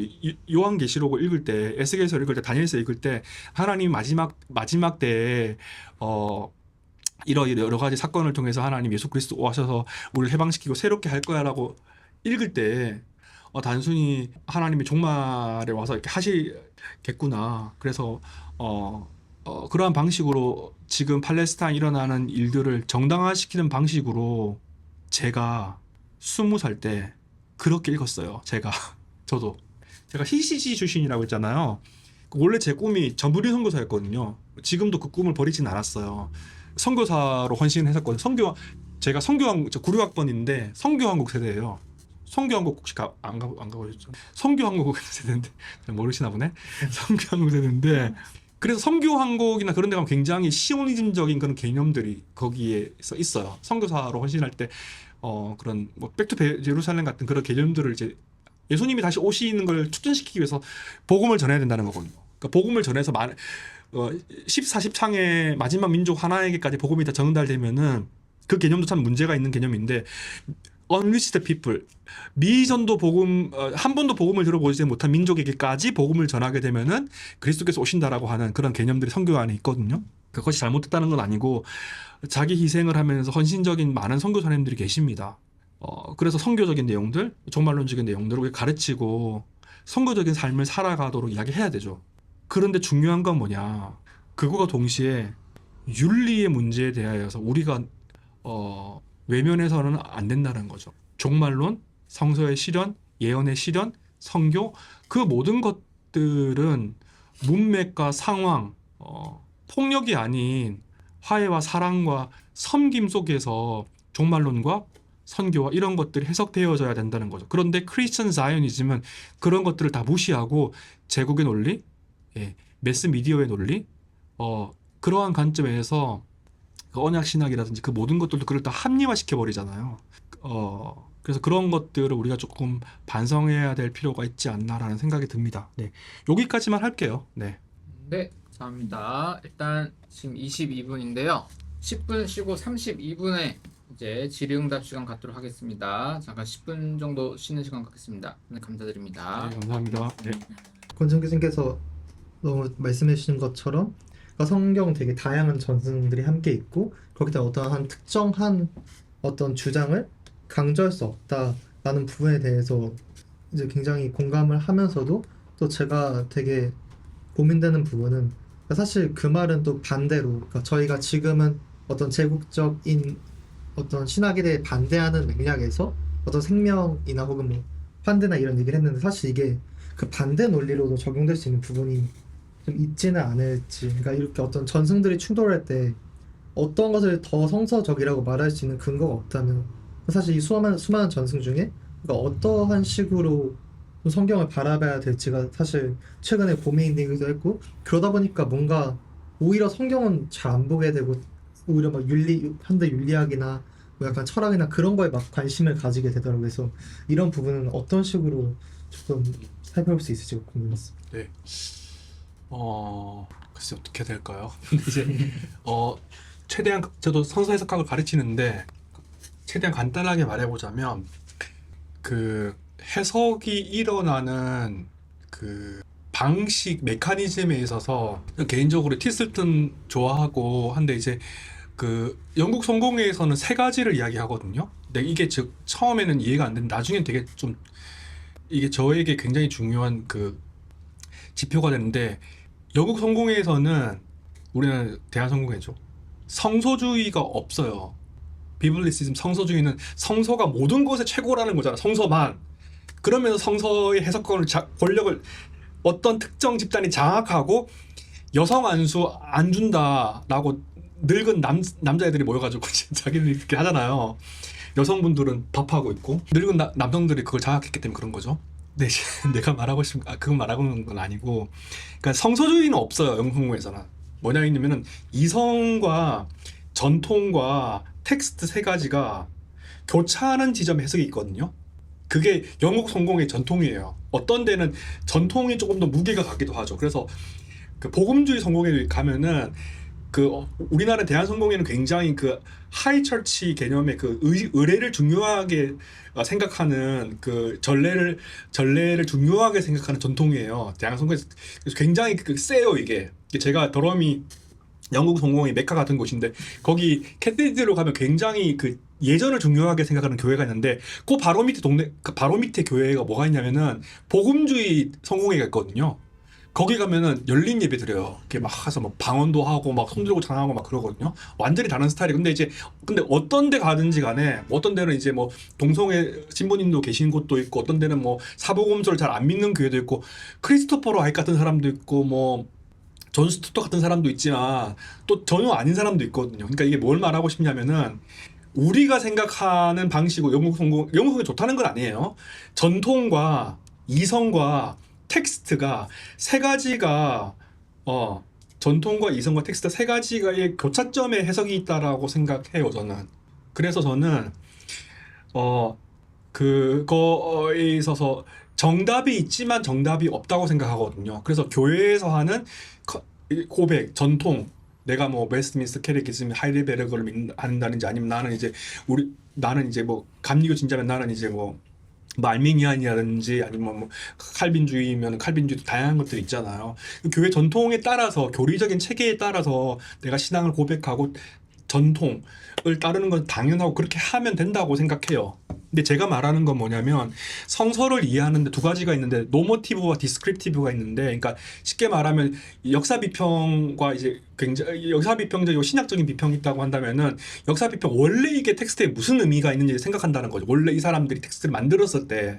그리고 이 현재적인 의미는 원래적인 의미와 현재적인 의미는 지금 21세기 교회와 21세기 문맥에서 이 의미가 뭔지 생각하는 거거든요. 그러니까 지금 한 이제 그 포스트 콜로니얼이나 디콜로니얼리제이션은 현재적인 의미인 거고, 그러니까 이 역사 속에서 이 텍스트가 어떤 의미가 있는지를 생각해 볼 때는 뭐 신명기 역사서적인 의미도 있겠고 제사장적인 의미도 있겠고 뭐 이사야적인 의미도 있겠고 6세기적인 의미도 있겠고 4세기적인 의미도 있겠고 다양한 변주들이 있는데 거기에서는 교리적인 방식으로 해석할 수는 없죠. 예. 그러니까 예를 들면 이런 거거든요. 16세기 때 욥기 읽을 때 욥이 회개했다라고 읽을 수 있죠. 또 16세기 때 읽을 때 성례전의 방식으로 욥기를 읽을 수가 있어요. 근데 원래 이게 기원전 5세기 때 욥기를 읽었을 때 이 사람들은 어떻게 읽었을까? 라면 내가 읽는 것과는 완전히 다른 방식으로 읽었을 거거든요. 예. 그러니까 이제 전도서를 B.S. 찰즈가 정경 비평적으로 읽을 때 코엘렛을 비판하면서 토라에 대한 절대적인 순종이 없다라고 전도서를 읽어요. 예. 토라를 순종하라, 하나님 말씀에 순종하라고 하는 것이 전도서의 메시지입니다고 정경적으로 읽는다고 하면은 아무리 전도서를 읽어도 코일렛은 토라에 절대적으로 순종하라라는 메시지가 없거든요. 그러니까 정경적이고 신학적인 메시지라는 거거든요. 그러니까 사실은 성서에 있는 의미의 차원과 레벨이 계속 바뀌어요. 네. 제가 하는 말이 좀 이해가 안 되시죠? 이해는 되셨어요? 네. 오늘 선택하는 게 참. 네. 그러니까 선택은 분명히 어떤 정동적으로 뭐 어떤 예수님의 사역의 빛처럼 어떤 오늘 뭐 생명을 살리는 식으로는 이렇게 네. 하기는 하는데 어쨌든 그러니까 다른 성경 전체에 꼭 이런 본문만 있지 않다 보니까 네. 그러니까 그런 또 난해한 본문들 사실 되게 현대적으로 해석하려 노력을 하면서도 네. 이렇게 노력하면서까지 이걸 읽어야 되나라는 생각도 사실은 들기도 하나요. 그러니까 또 다른 얘기 있었는데 존 바튼이 말하는, 어제 이제 전성민 교수님도 만났지만 Old Testament Ethics라는 거가 존재한다라고 생각하지 않아요. 저는 예를 들어 볼게요. 사울이 윤리적이냐, 사울이 신명기적인 삶을 살았느냐, 사울이 토라적인 삶을 살았느냐, 다윗이 토라적인 삶을 살고 신명기적인 삶을 살았느냐라고 사무엘서의 평가에 있는 그 묘사를 평가할 때 누가 더 윤리적입니까? 이야기해 보세요. 다윗이 윤리적이에요, 사울이 윤리적이에요? 사울은 조금 일찍 했는데 기다렸는데 사무엘상 13장에 안 와가지고 사무엘이 약속 시간에 안 와가지고 제사를 드렸잖아요. 15장에서는 백성들이 원해서 사람 아각을 좀 살려줘서 늦게 한 거잖아요. 다윗은 성폭력했는데 살인했는데 누가 더 윤리적이에요? 사울이 훨씬. 성서는 사울이 비윤리적이라고 말하잖아요. 그러니까 우리가 생각하는 윤리와 사무엘서는 다른 거예요. 근데 그걸 가지고 적용해서는 안 된다는 거죠. 그러니까 윤리의 문제에 있어서 존 바튼이 말하는 올 테스먼트 에틱스라는 게 어떻게 보면 제 입장에서는 매우 힘든 개념이에요, 사실은. 예. 뭐 다른 이야기긴 하지만. 좀 연결해서 같이 생각을 결론이 있는 건 아니면, 그러니까 학교에서 구약학을 신학생들이 배워요. 그러고 나서 교회에 가서 목회를 한단 말이죠. 그러면 자기가 배운 거를 가지고 교회에서 그 목회로 구현해야 하는데, 그러면 지금 이렇게 기독교적 시온주의가 한국 개신교회에서 굉장히 많은 다수를 차지하게 된 것은 신학교에서 기독교적 시온주의로 넘어갈 수 있게끔 그렇게 많이 가르쳤다는 얘기인지, 아니면 신학생들이 자기는 배운 건 그렇게 배웠는데 실제 교회에 가보니까 이런 얘기를 하면 안 될 것 같아. 약간 두려움이나 혹은 뭐 거리낌? 그런 것 때문에 자기가 배운 대로 하지 않아서 이렇게 된 건지, 한국 교회에 대한 어떤 통찰 같은 게 교수님은 이제 학생들을 좀 보니까 있으실 것 같아요. 저로서는 이게 답이 안 나와요. 저는 물론 제가 목회를 하는 사람도 아니고 신앙을 공부했다 해도 그렇기 때문에, 그게 여기 계시는 그 목회하시니까 그런 분들에게도 같이 좀 질문을 드리고 기도해요. 네, 교수님. 임지영 교수님이라고 계신데 지금 은퇴하셨는데 그분은 세계적으로 기억 연구랑 그 피해자 연구를 많이 하셨거든요. 근데 그분이 책에서 어떤 말을 썼냐면은 우리나라가 그 일제시대 끝날 때 그냥 아무 죄가 없는 일본 사람들 있잖아요. 일제시대가 끝났어요. 일본 사람들이 굉장히 두려워했어요. 한국에 사는 거를. 한국 사람이 죽일 수 있잖아요. 실제로 그런 그 살인이라든 사건이 많이 일어났거든요. 네. 제가 한 분 중에서는 자기가 일본 사람인 거를 드러내는 순간 자기 목숨이 위태롭고 자기 자식들이 죽을 수 있다고 생각해서 도망 다녔어요. 신분을 속이고 일본 사람인 걸 안 드러내려고. 근데 예를 들어서 내가 21세기에 우리나라가 과거의 역사에서 한국 사람들이 일본 사람들을 많이 죽였어요, 이런 말을 할 수 있는 환경은 아니잖아요. 일본 사람들이 우리나라의 한 상황이기 때문에. 근데 우리는 성서에서 맨날 이스라엘 하나님의 축복, 아브라함 이야기하고 로마서 이야기하고 이런 상황에서 계속 젖어 있잖아요. 그러니까 우리나라도 최근에 이재명 대통령이 공개적으로 이스라엘에 대해서 비판을 했을 때 외교부나 우리 기본적인 기득권층이라든지 아주 오랫동안 외교의 문법에 익숙했던 사람들은 이재명 대통령이 이스라엘 비판했을 때 예, 굉장히 두렵잖아요. 예, 걔네들이 모사드 활용해가지고 막 우리나라 무너뜨리지 않을까 그런 거 하는 거잖아요. 그러니까 내가 그것을 알고 있는 사람도 있겠죠. 이스라엘에 했던 그 학살을 77년 했던 그 엄청난 인종 청소에 대해서. 그러니까 저도 제가 있는 세계에서 제일 큰 게 애니얼 SBL이라고 세계 성서학계가 있는데 거기 보면 이제 뭐 기라성 같은 학자들도 많이 있거든요. 근데 이제 다 자기들 친구들이 다 이스라엘 학자들이거든요.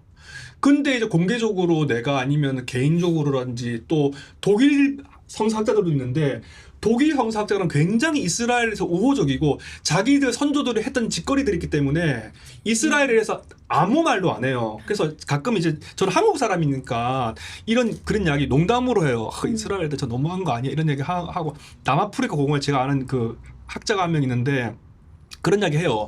이스라엘 하니까서 남아프리카 고고학원 학자랑 한국 학자는 이스라엘 욕할 수 있어요. 근데 독일 학자는 그때 같이 있었거든요. 저한테 너 내가 어디서 가르친지 알지 않냐고 나는지 그런 말 절대 못한다. 그렇게 할 수 있는 상황이 아닌 거거든요. 그러니까 한국 사람들 입장에서도 우리나라가 오랫동안 식민 통치를 받았고 이스라엘도 엄청 홀로코스트라는 그 민족적인 아픔이 있었잖아요. 그러니까 동병상련이기도 하고 복음주의적인 어떤 그런 자기 이제 국가를 찾는 과정에서도 우리나라도 해방을 되면 국가를 찾았잖아요. 그러면서 이제 동병상련을 걷기도 하고 교회에서 맨날 이스라엘 하나님 이스라엘 선택했다 이런 말 들으니까 그거 어떤 그런 교회 분위기라든지 이런 데서 이스라엘 욕을 하거나 그렇게 할 수는 없는 거죠. 예. 그러니까 이런 분위기들이 있다는 거죠. 예. 근데 이제 그런 분위기가 있기 때문에 네. 내가 이제 생존하기 위해서 네. 만약에 나의 태도를 애매하게 취할 수 있단 말이죠. 네. 그것이 사실은 기독교적 시온주의가 이렇게 병적으로 퍼지게 하는데 어느 정도 일조하는 건 아닌가. 당연히 혹시라도. 있겠죠. 네. 그러니까 입을 다물고 있음으로 인해서 네. 물론 그 사람이 이제 입을 열었을 때 입을 연 사람이 이렇게 제거될 수도 있겠죠. 네. 근데 그런 사람이 한두 명이면은 이제 좀 딱하지만 네. 혹시 이런 분들이 집단을 좀 이루어서 네. 집단적으로 그야말로 어떻게 보면은 약간 정치적으로 여기서 저쪽이 정치적으로 하니까 네. 이쪽도 뭔가 정치적으로 할 수 있는 그런 힘 커뮤니티가 좀 구성되면 네. 좀 힘을 더 낼 수 있지 않을까요? 복음주의 내부에서 그런 그런 싸워야 되니까. 팔레스타인들을 위한 대화 모임이라든지, 근데 이제 그런 대화 모임에 계시거나 또 팔레스타인을 위해서 많이 애쓰시거나 현지에 가서 그분들을 돕거나 그분들의 말을 듣거나 또 뭐 올리브 나무 심기 운동 이런 하는 분들의 말씀들을 이렇게 뭐 송강호 그 개척자들 모임이 그런 분들 말씀 들어보면은 팔레스타인 사람들은 이스라엘 사람들을 미워하고 싶어 하지 않아요. 예. 잘 지내고 싶어 해요. 그리고 이스라엘 사람들을 미워하고 혐오하고 그들과 싸우고 막 그들 비판하는 것이 평화를 위한 가는 길이 아니라고 굉장히 성숙한 의식을 가지고 계세요. 그분들은. 근데 이제 그래서 우리가 굉장히 성숙한 방식으로 평화에 대해서 이야기를 해도 그분들 그들과 함께 있어야 되고 그들은 아까 가만히 있는데 와서 총 쏘고 막 그런다고 했잖아요. 가만히 있는데 자기 자식들이 죽음이 돼서 오게 되고 자기들은 병원에 있는데 막 지금도 가다지고 몰아서 홀로코스트보다 더 심한 정도 자기들 가스챔버실에 들어간 것보다 더 심한 정도로 그냥 막 학살을 수만 명을 그냥 어린아이들을 죽여버리잖아요. 진짜 몇 년 동안에. 그런 것들을 이야기하고 생각하고 대화하고 끊임없이 이야기하는 것이 필요한데 제가 말씀드리고 싶은 것은 아까 말했던 것처럼 대한민국에서 한국 사람이 일본 사람 많이 죽였다 이런 이야기 하면은 굉장한 비판을 받는 것처럼 교회 내부에서 이스라엘 비판하는 것이 쉬운 일은 아니고 굉장히 용기가 필요한 일이긴 하죠. 누군가는 용기를 네. 내야 네. 지금 말한 이 기독교적 시온주의의 이 불길한 전파 네. 이것에 대해서 누군가는 어디서부턴가는 그렇죠. 막기 네. 시작해야 될 균열을 내기 시작해야 네. 될 것 같아요. 그래서 피해자들과 함께 네. 대화하는 모임도 필요하지만 사실은 이 가해자들과도 네. 어떻게든 소통의 통로를 물론 말이 아직 안 통하겠지만 그런 분들하고 소통을 완전히 중단해 버리면 네. 막 갈 것 같거든요.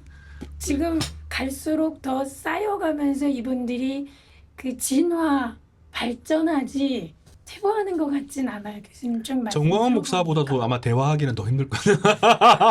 그래서 이게 중간에 있는 스펙트럼이 이제 이렇게 넓게 팔레스타인 피해자들과 함께하는 그런 분들이 이쪽에 계시면 이 극단에 있는 이분들 사이에 스펙트럼이 쭉 있잖아요. 이 네. 많은 요 중간에 애매하게 이렇게 왔다 갔다 진동하는 그런 평신도 기독교인들과 네. 이분들이 조금 생각을 바꿀 수 있게 이렇게 대화하는 걸 이쪽에서 해서 이렇게 퍼져나갈 네. 수 있게 네.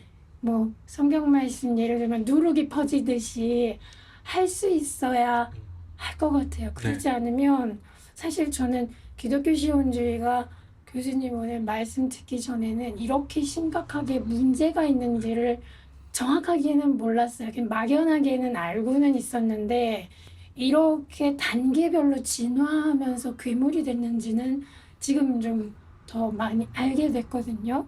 그래서 저도 제가 있는 자리에서 할 수 있는 게 뭐가 있을까 그걸 이제 고민이 좀 돼서 목회자님들 목회자 되실 거잖아요. 이런 분들은 어떤 결단을 좀 해는 게 좋지 않을까 그런 희망사항을 좀 가져봅니다.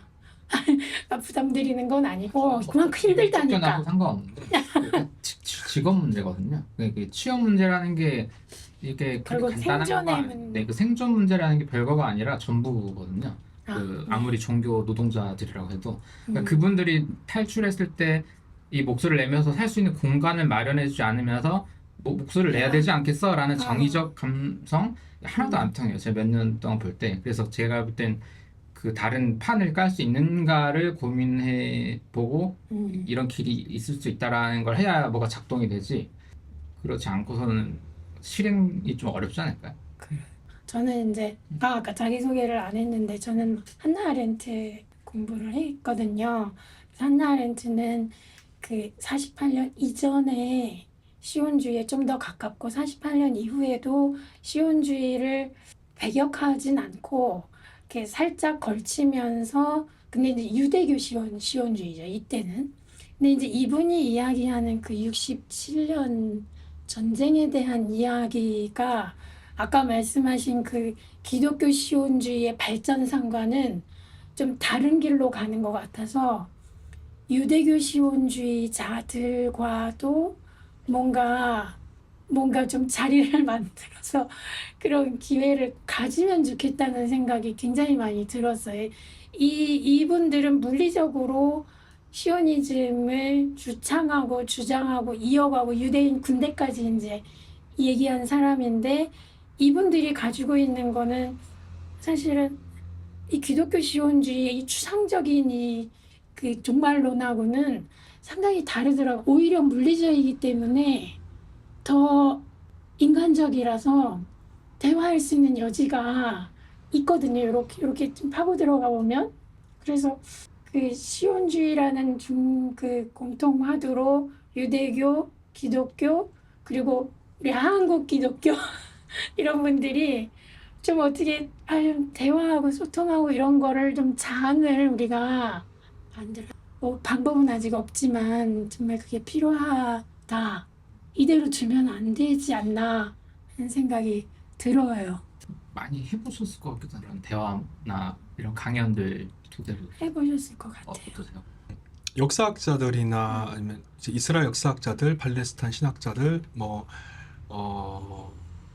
지금 제가 준비하는 볼륨, 제 영어 볼륨도 그런 작업을 하기도 하고, 이제 한국 학자들이나 외국 학자들이 뭐 Theology After Gaza나 그런 책도 쓰기도 하고 많이 이제 그런 작업들은 많이 있는데 압도적으로 많은 아까 초반에 말씀드린 것처럼 유대교 내부에서는 시오니즘 교리가 옛날에도 없었고 지금도 없고 앞으로도 없을 거예요. 기본적으로 유대교인들은 근데 좌파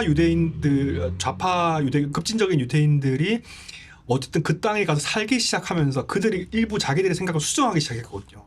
예. 근데 기본적으로 예나 지금이나 유럽이나 이스라엘에 있는 그런 유대교를 정확하게 믿는 사람들은 시오니즘 사상을 자기들의 사상이라고 하는 걸 인정하지는 않아요.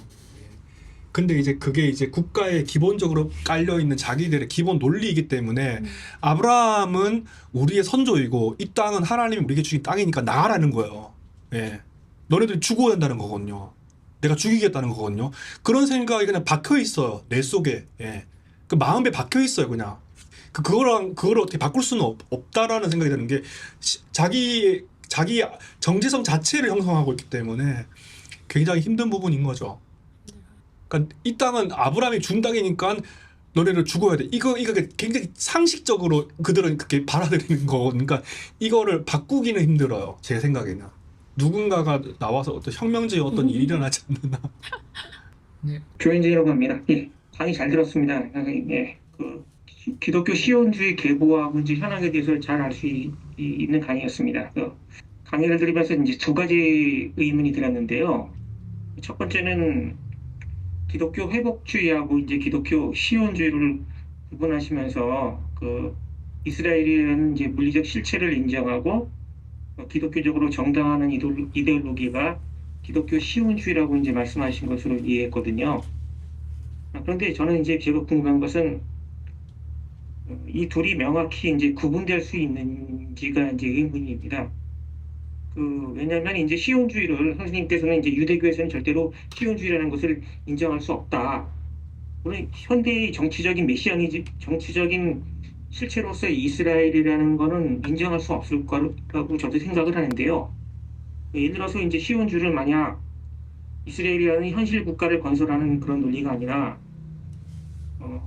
유대인의 재규현과 재건국을 요구하는, 그러니까 이스라엘 건국 이전이죠. 그러니까 뭐 17세기, 16세기, 17세기에 있었던 그런 것을 요구하는 사상으로 만약 넓게 정의한다면은 기독교 회복 일종의 이제 기독교 회복주의 역시도 기독교 시온주의에 포함될 수 있지 않는가라는 생각이 들거든요. 실제로 이제 17세기에 천년 왕국론에 기반을 둬가지고 뭐 다양한 개신교 분파에서 유대인 규환론이 있었지 않습니까? 규환론이라든지 그 다음에 심지어는 유대교에서도 뭐 사바타이 제비 같은 사람이 이제 재건국론을 했고 재건국론을 주장하기도 했고 그 다음에 그 암스테르담 쪽에서 재규환론을 주장하기도 하고 영국에서 이제 영국에 쫓겨났던 1200년도에 쫓겨났던 사람들을 다시 이제 대규모로 영국으로 귀환시키려는 운동도 있었고 이런 것들을 만약 이제 넓은 의미로 시온주의에 포함시킬 수 있다면은 시온주의에 포함시킬 수 있는 게 아닌가. 그 다음에 그런 재건국론이라든지 유대인 재귀환론 이런 것들을 만약 그렇게 넓게 정의한다면은 기독교 시온주의에 포함될 수도 있는 것이 아닌가. 원초적인 형태로 예를 들어서 원초적인 형태로 포함될 수 있는 게 아닌가라는 게 첫 번째 질문입니다. 그 다음에 두 번째는 만약 이제 시오니즘이 정당화하지 못한 이데올로기라면은 특히 이제 고토에 대한 회복 논리라는 의미에서 그 고토라는 것 자체가 원래 자기 땅이 아닌데 이제 주장하는 거니까 고토 회복 논리가 이제 정당하지 못한 고토 회복 논리로서 시오니즘에 만약 이제 반대를 하게 된다면은 그럼 이스라엘이라는 국가에 대해서 어떤 태도를 취해야 된다고 보시는지 여쭙고 싶거든요. 아까 이제 강의 자료에 보면은 우리가 반유대주의나 이런 이런 것과는 구별을 해야 된다라고 이제 말씀을 하셨는데 사실 이제 이스라엘이라는 지금 국가가 팔레스타인에 대해서 시민권을 제대로 인정하지 않고 있지 않습니까? 뭐 정착촌을 계속 만드는 것은 뭐 물론이거니와 이스라엘 안에 있는 그 팔레스타인 시민에게도 제대로 된 시민권을 인정하지 못하는 공식적으로 차별적인 어떤 대우를 하고 있는데 이런 것들이 이제 과연 이제 민주주의의 원리에 맞느냐라는 비판이 여기저기서 제기된다고 생각하거든요. 그렇게 봤을 때 문제가 시오니즘만이냐라는 의문이 들거든요. 그렇다면 이제 이스라엘이라는 국가에 대해서 어떻게 이제 태도를 취해야 된다고 생각하시는지 좀 여쭙고 싶습니다. 예. 네, 감사합니다. 첫 번째 질문은 이제 넓은 의미에서 회복주의를 시온주의로 볼 수 있느냐. 아주 넓은 의미로는 볼 수 있지 않을까 싶은데, 그러니까 이제 가장 큰 차이점은 시오니즘은 국가로서 그 땅을 수단과 방법을 가리지 않고 세속주의적인 방법을 총동원해서 그 땅을 차지할 수 있고 차지해야 되고 차지하게 될 것이라는 것을 실현시켜 나간다는 거죠. 구체적으로. 헤르츠리 말하는 구체적으로 프로젝트로서 식민 제국주의 프로젝트로 자기들이 그렇게 이야기했어요. 헤르츠리. 예. 자기들 입으로. 이거는 식민주의적인 어떤 프로그램으로서 자기를 실현시키려고 한 거거든요. 물리적으로. 예. 근데 이제 회복주의는 뭐냐면은 뭔진 모르겠는데 언젠가는 우리가 그 땅으로 돌아가서 어떻게 우리가 이제 뭐 기독교적인 회복주의에서는 우리가 그 회심을 하고 뭔가 하나 우리가 다시 부흥을 하고 다시 이제 뭔가 번성을 하고 그런 유태인들이 그러한 어떤 먼 미래를 꿈꿔왔겠죠. 근데 이제 자이오니즘은 구체적으로 그게 아니고 실질적인 프로젝트로서 한다는 거죠. 그런 차이점은 있습니다. 일단 두 번째는 그럼 이스라엘을 어떻게 바라봐야 될 것인가. 근데 이제 그 양가적인 게 있는데 이런 말을 하면은 또 제 친구들이 또 싫어할 수도 있는데 이스라엘을 이제 물론 이제 구호로는 이렇게 말할 수 있는데 그걸 걔네들을 다 쫓아내고 막 걔네를 다 파내가지고 다시 이제 어딘가 뭐 그 원래는 팔레스타인이 아니고 그들이 원래 준비했던 곳은 팔레스타인 땅이었 또 다른 제가 지금 까먹었는데 다른 지역 예? 마다가스카르. 예, 마다가스카르라고 말씀해 주시네요. 다른 지역이었어요. 근데 다른 지역이었는데 기후가 안 좋아서. 네, 자기들도 그것에 대해서 이제 기대하진 않았고 그 땅에 처음에 시작하게 된 계기가 영국의 도움, 영국의 도움, 제국의 도움이 없이는 할 수 없었어요. 맞아요.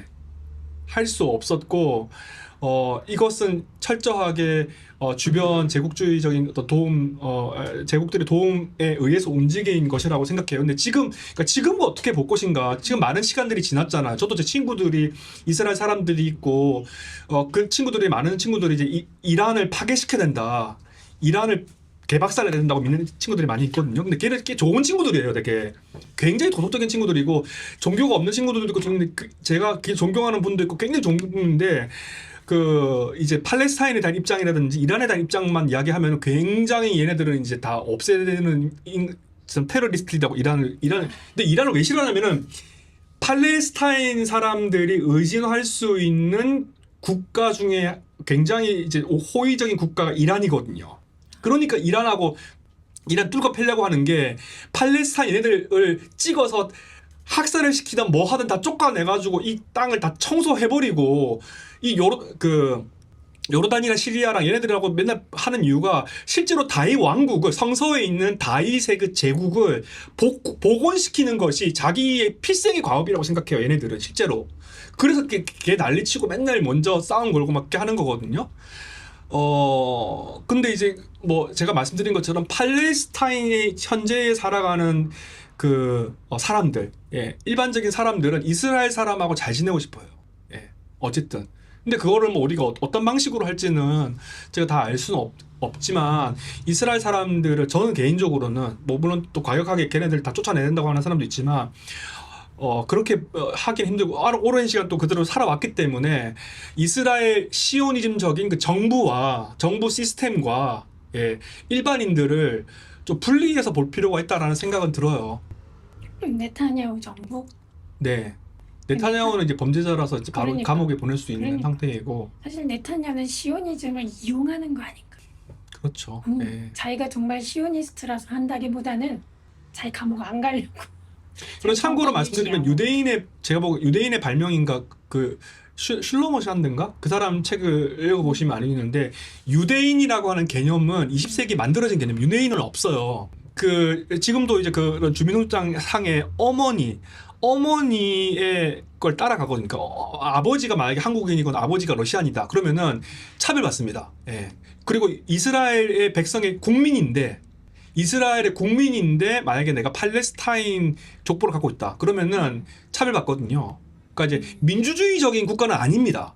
많은 사람 착각하는데 우리가 생각하는 민주주의 국가는 아니에요. 근데 외부에 광고할 때 우리는 민주주의적인 국가고 이상적인 국가이고 말하지만 뭐 그렇지는 않은 것 같아요. 하나만 더 보면 이제 제가 왜 이제 기독교 회복주의하고 기독교 시오니즘이 이제 부분과 경계를 여쭤봤냐면 이제 사실 기독교 시오니즘이 갑자기 출현하는 게 아니라 기독교 회복주의 연장선상에 있는 것이 아닌가라는 생각에서 맞습니다. 말씀을 드린 거거든요. 그래서 그걸 이렇게 마치 별개의 것처럼 취급하게 되면은 이 전사라는 것이 지워지는 것이 아닌가. 네. 그것이 어느 정도 연속선상의 면이 있고 명분을 제공해줄 면이 있는데 기독교 시오니즘의 현대적인 형태의 기독교 시오니즘의 명분을 제공해주는 면이 있는데 그렇게 되면 마치 이제 그거는 무관한 것처럼 이건 정당한 것이고 이거는 정당하지만 이거는 잘못된 거고 이런 식의 이제 이부법적으로 생각할 수도 있지 않을까라는 생각에서 질문을 드렸던 겁니다. 맞습니다. 초대교회에서 회복주의 그런 것도 전혀 없었고요. 아주 오랜 세월이 지난 이후에 생겨난 것이고 아까도 말씀드린 것처럼 흩어진 사람들이 한 군데 모여서 무엇인가를 하는 것 자체가 하나님의 뜻에 어긋난다고 봤어요. 유대교회에서는. 저는 지금 동방정교회에 다니고 있습니다. 그리고 오늘 강의 너무 잘 들었고요. 저랑 제 친구가 사실 예전에 몇 년 전에 이제 구원파에 잠깐 있었었는데 그때 거기서 이제 빠져나오면서 공부했던 게 사실은 오늘 말씀하셨던 그건 세대주의거든요. 세대주의와 그런 어떤 구원파적인 교리, 도덕적인 회의 이런 거의 연결성은 제가 잘 알고 있었는데 시오니즘과의 또 그런 게 있다라는 거는 새로 알게 돼가지고 자세히 몰랐어요. 그런 내용, 그런 시오니즘이라는 것에 대해서 잘 그런데 이제 한 가지 조금 좀 다른 관점으로 볼 수 있지 않을까 생각이 들었던 점은 주변의 어떤 분위기가 좀 다를 수 있을 것 같아요. 근데 제 주변 같은 경우에는 팔레스타인 혐오보다는 유대인 혐오가 훨씬 심한 것 같은 느낌이거든요.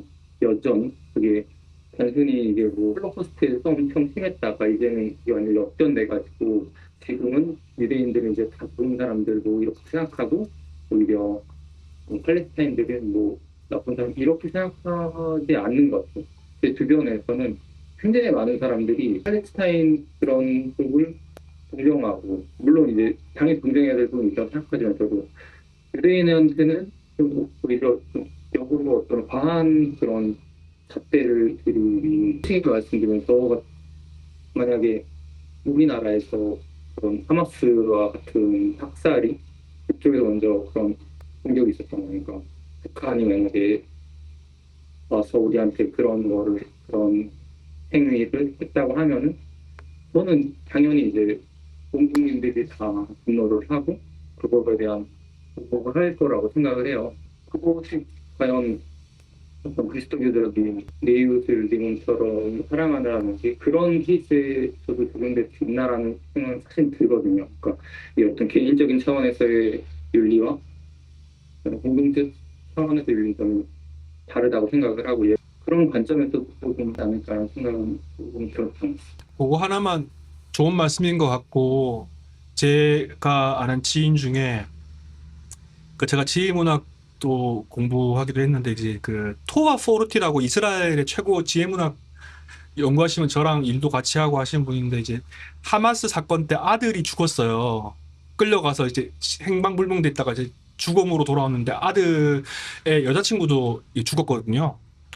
그래서 지지난주에 그 영국 로팅에서 만났는데 많은 부분이 회복됐고 근데 저랑 만나면 그 이야기는 안 해요. 안 하고 그 제가 아까 말했던 것처럼 백팩이랑 여권이랑 노트북 잃어버렸다고 그랬잖아요. 도둑 맞았다고. 그래서 이야기해가지고 그렇게 불쌍하게 그래서 속으로는 저 멍청한 놈 저거 이런 건 잃어버렸다. 도둑 맞았는데 근데 그분이 저한테 진짜 위로를 많이 해줬어요. 너가 트라우마가 생길 것 같은데 걱정이 된다. 나중에 와가지고 이메일까지 보내주고 그 다음에 루벤 갔는데 루벤에서도 저만 보면은 괜찮냐 뭐 여권은 어떻게 됐냐 뭐 힘들지 않냐 계속 그렇게 위로를 해주는 거예요. 남편이랑 같이 와가지고 이렇게 하고 하는데 이제 그 자기 그 사건이 일어난 지 얼마 안 됐는데 그렇게 되게 힘들 거잖아요. 근데 자기 어려운 일은 저한테 한 번도 안 했어요. 한 번도 안 하고 그때 자기 논문을 보내줘야 되는데 내가 논문 좀 늦을 것 같아. 그래갖고 자기 그 이야기를 그 사람한테 들은 것도 아니고 그 친구한테 들었어요. 그런 사건이. 이게 성서학자들은 구약 성서학자는 다 알아요. 토바 포르티 아들이 하마스 때문에 죽었다는 거 다 아는데 정작 그 사람은 자기 그 사건을 이야기 안 해주고 제 그 백팩 패스포트 잃어버린 거에서 아유 너 어떡하냐 이렇게 그렇게 위로를 많이 해주더라고요. 그러니까 우리도 할 수 있죠. 북한이 하면은 북한이 그렇게 하마스를 했을 때 우리가 보복할 수 있죠. 근데 77년 동안 아주 오랜 시간 동안 어린아이를 죽이고 학살하고 모아놓고 물도 안 주고 전기도 안 주고 해초 선생님이 그 자기 이스라엘 구역도 아닌데 영해도 아닌데 한국 사람 그 인도주의적으로 물 주고 빵 죽으려고 배 가는데 그거 다 잡아가지고 막 성폭행하고 막 줄겨 패고 막 그랬잖아요. 해초 선생님 같은 경우에 물 주려고 하는데도 자기 영해도 아닌데 그리고 사람 가둬놓고 물도 안 주고 전기도 물이랑 전기는 줘야 되고 유엔에서 뭐 식량 주려면 그걸 그 정도는 최소한 그런 건 줘야 되잖아요. 근데 그 사람들 계신 분들의 증언을 들어보면은 이스라엘 욕 안 합니다. 이스라엘 욕 안 해요. 이스라엘 밉다고 말 안 합니다. 뭐라고 말하냐면 울면서 우리를 기억해 달라는 말을 해요. 이스라엘 한 명도 제 친구 중에서도 그 팔레스타인 그 총리 그 비서까지 한 분인데 쭈리 대학 있을 때 근데 저한테 자기 팔레스타인의 고통에 대해서 한 번도 이야기한 적이 없습니다. 오히려 팔레스타인 와서 그 올리브 과일이랑 과수원에서 먹게 돼요. 너 부자네. 그래서 이제 그런 이야기만 하더라고요. 그러니까 이제 제가 말하고 싶은 건 뭐냐면 우리나라 사람도 일본 싫어하잖아요. 일본 싫어하지만 일본을 증오하고 막 가서 칼로 죽이고 막 총으로 쏴서 죽이고 막 그 도쿄 가가지고 사람들 막 어린아이들 막 총으로 쏴서 죽이고 그러지 않잖아요. 근데 자기들이 희생자였고 홀로코스트를 무기 삼아가지고 기억을 무기 삼아가지고 77년 동안 저렇게 한다라고 하는 것은 저는 어떤 면에서는 독일보다도 더 악랄하다고 생각해요. 저는 너무했나? 내 말이. 근데 개인의 차이가 있는 것 같아요.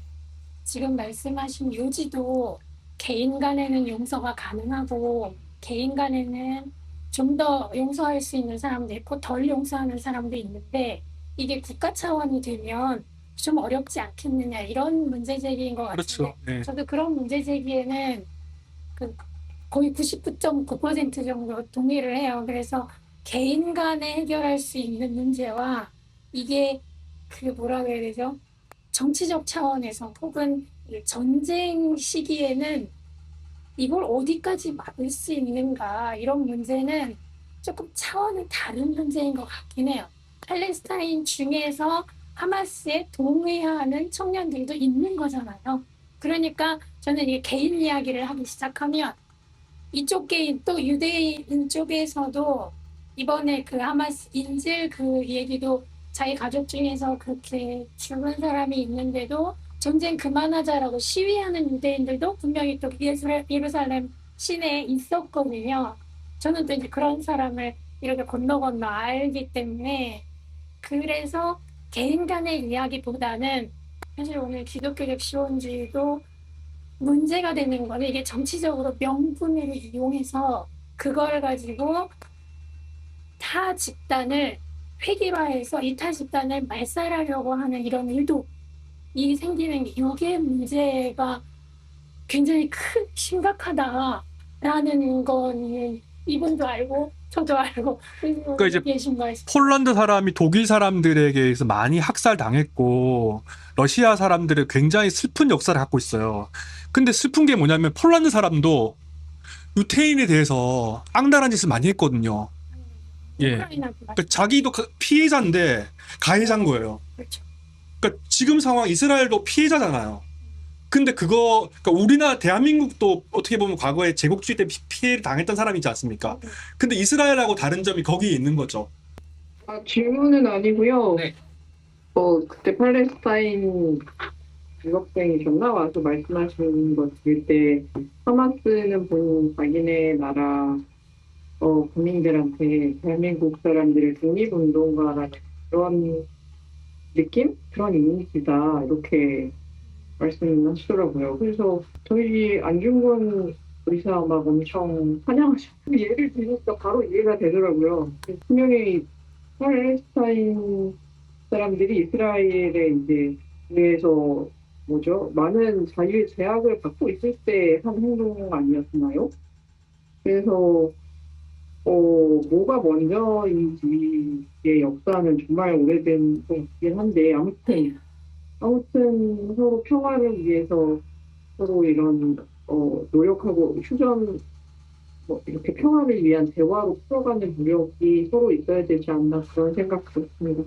그래서 아까 강의 때도 언급했던 학자긴 한데 그 문터 아이작이라는 사람이 번역도 돼 있습니다. 그러니까 왜 세계는 팔레스타인 제노사이드를 침묵하는가 해서 사실 여기서도 나오는 게 그러니까 하마스가 어쨌거나 이스라엘의 민간인들을 한 학살과 안중근 의사가 토요일보면 건 조금 저는 차이가 있다고. 왜냐하면 그 토요일보면 우리나라의 어쨌거나 그러니까 식민지에 대한 당사성이 있는데 사실 이스라엘의 민간인들에게는 그런 것이 뭐 완전히 무고하냐라고 할 수는 없겠지만 사실은 그런 게 아니에요. 그래서 이 문터 아이작 선생님이 해야 되나요?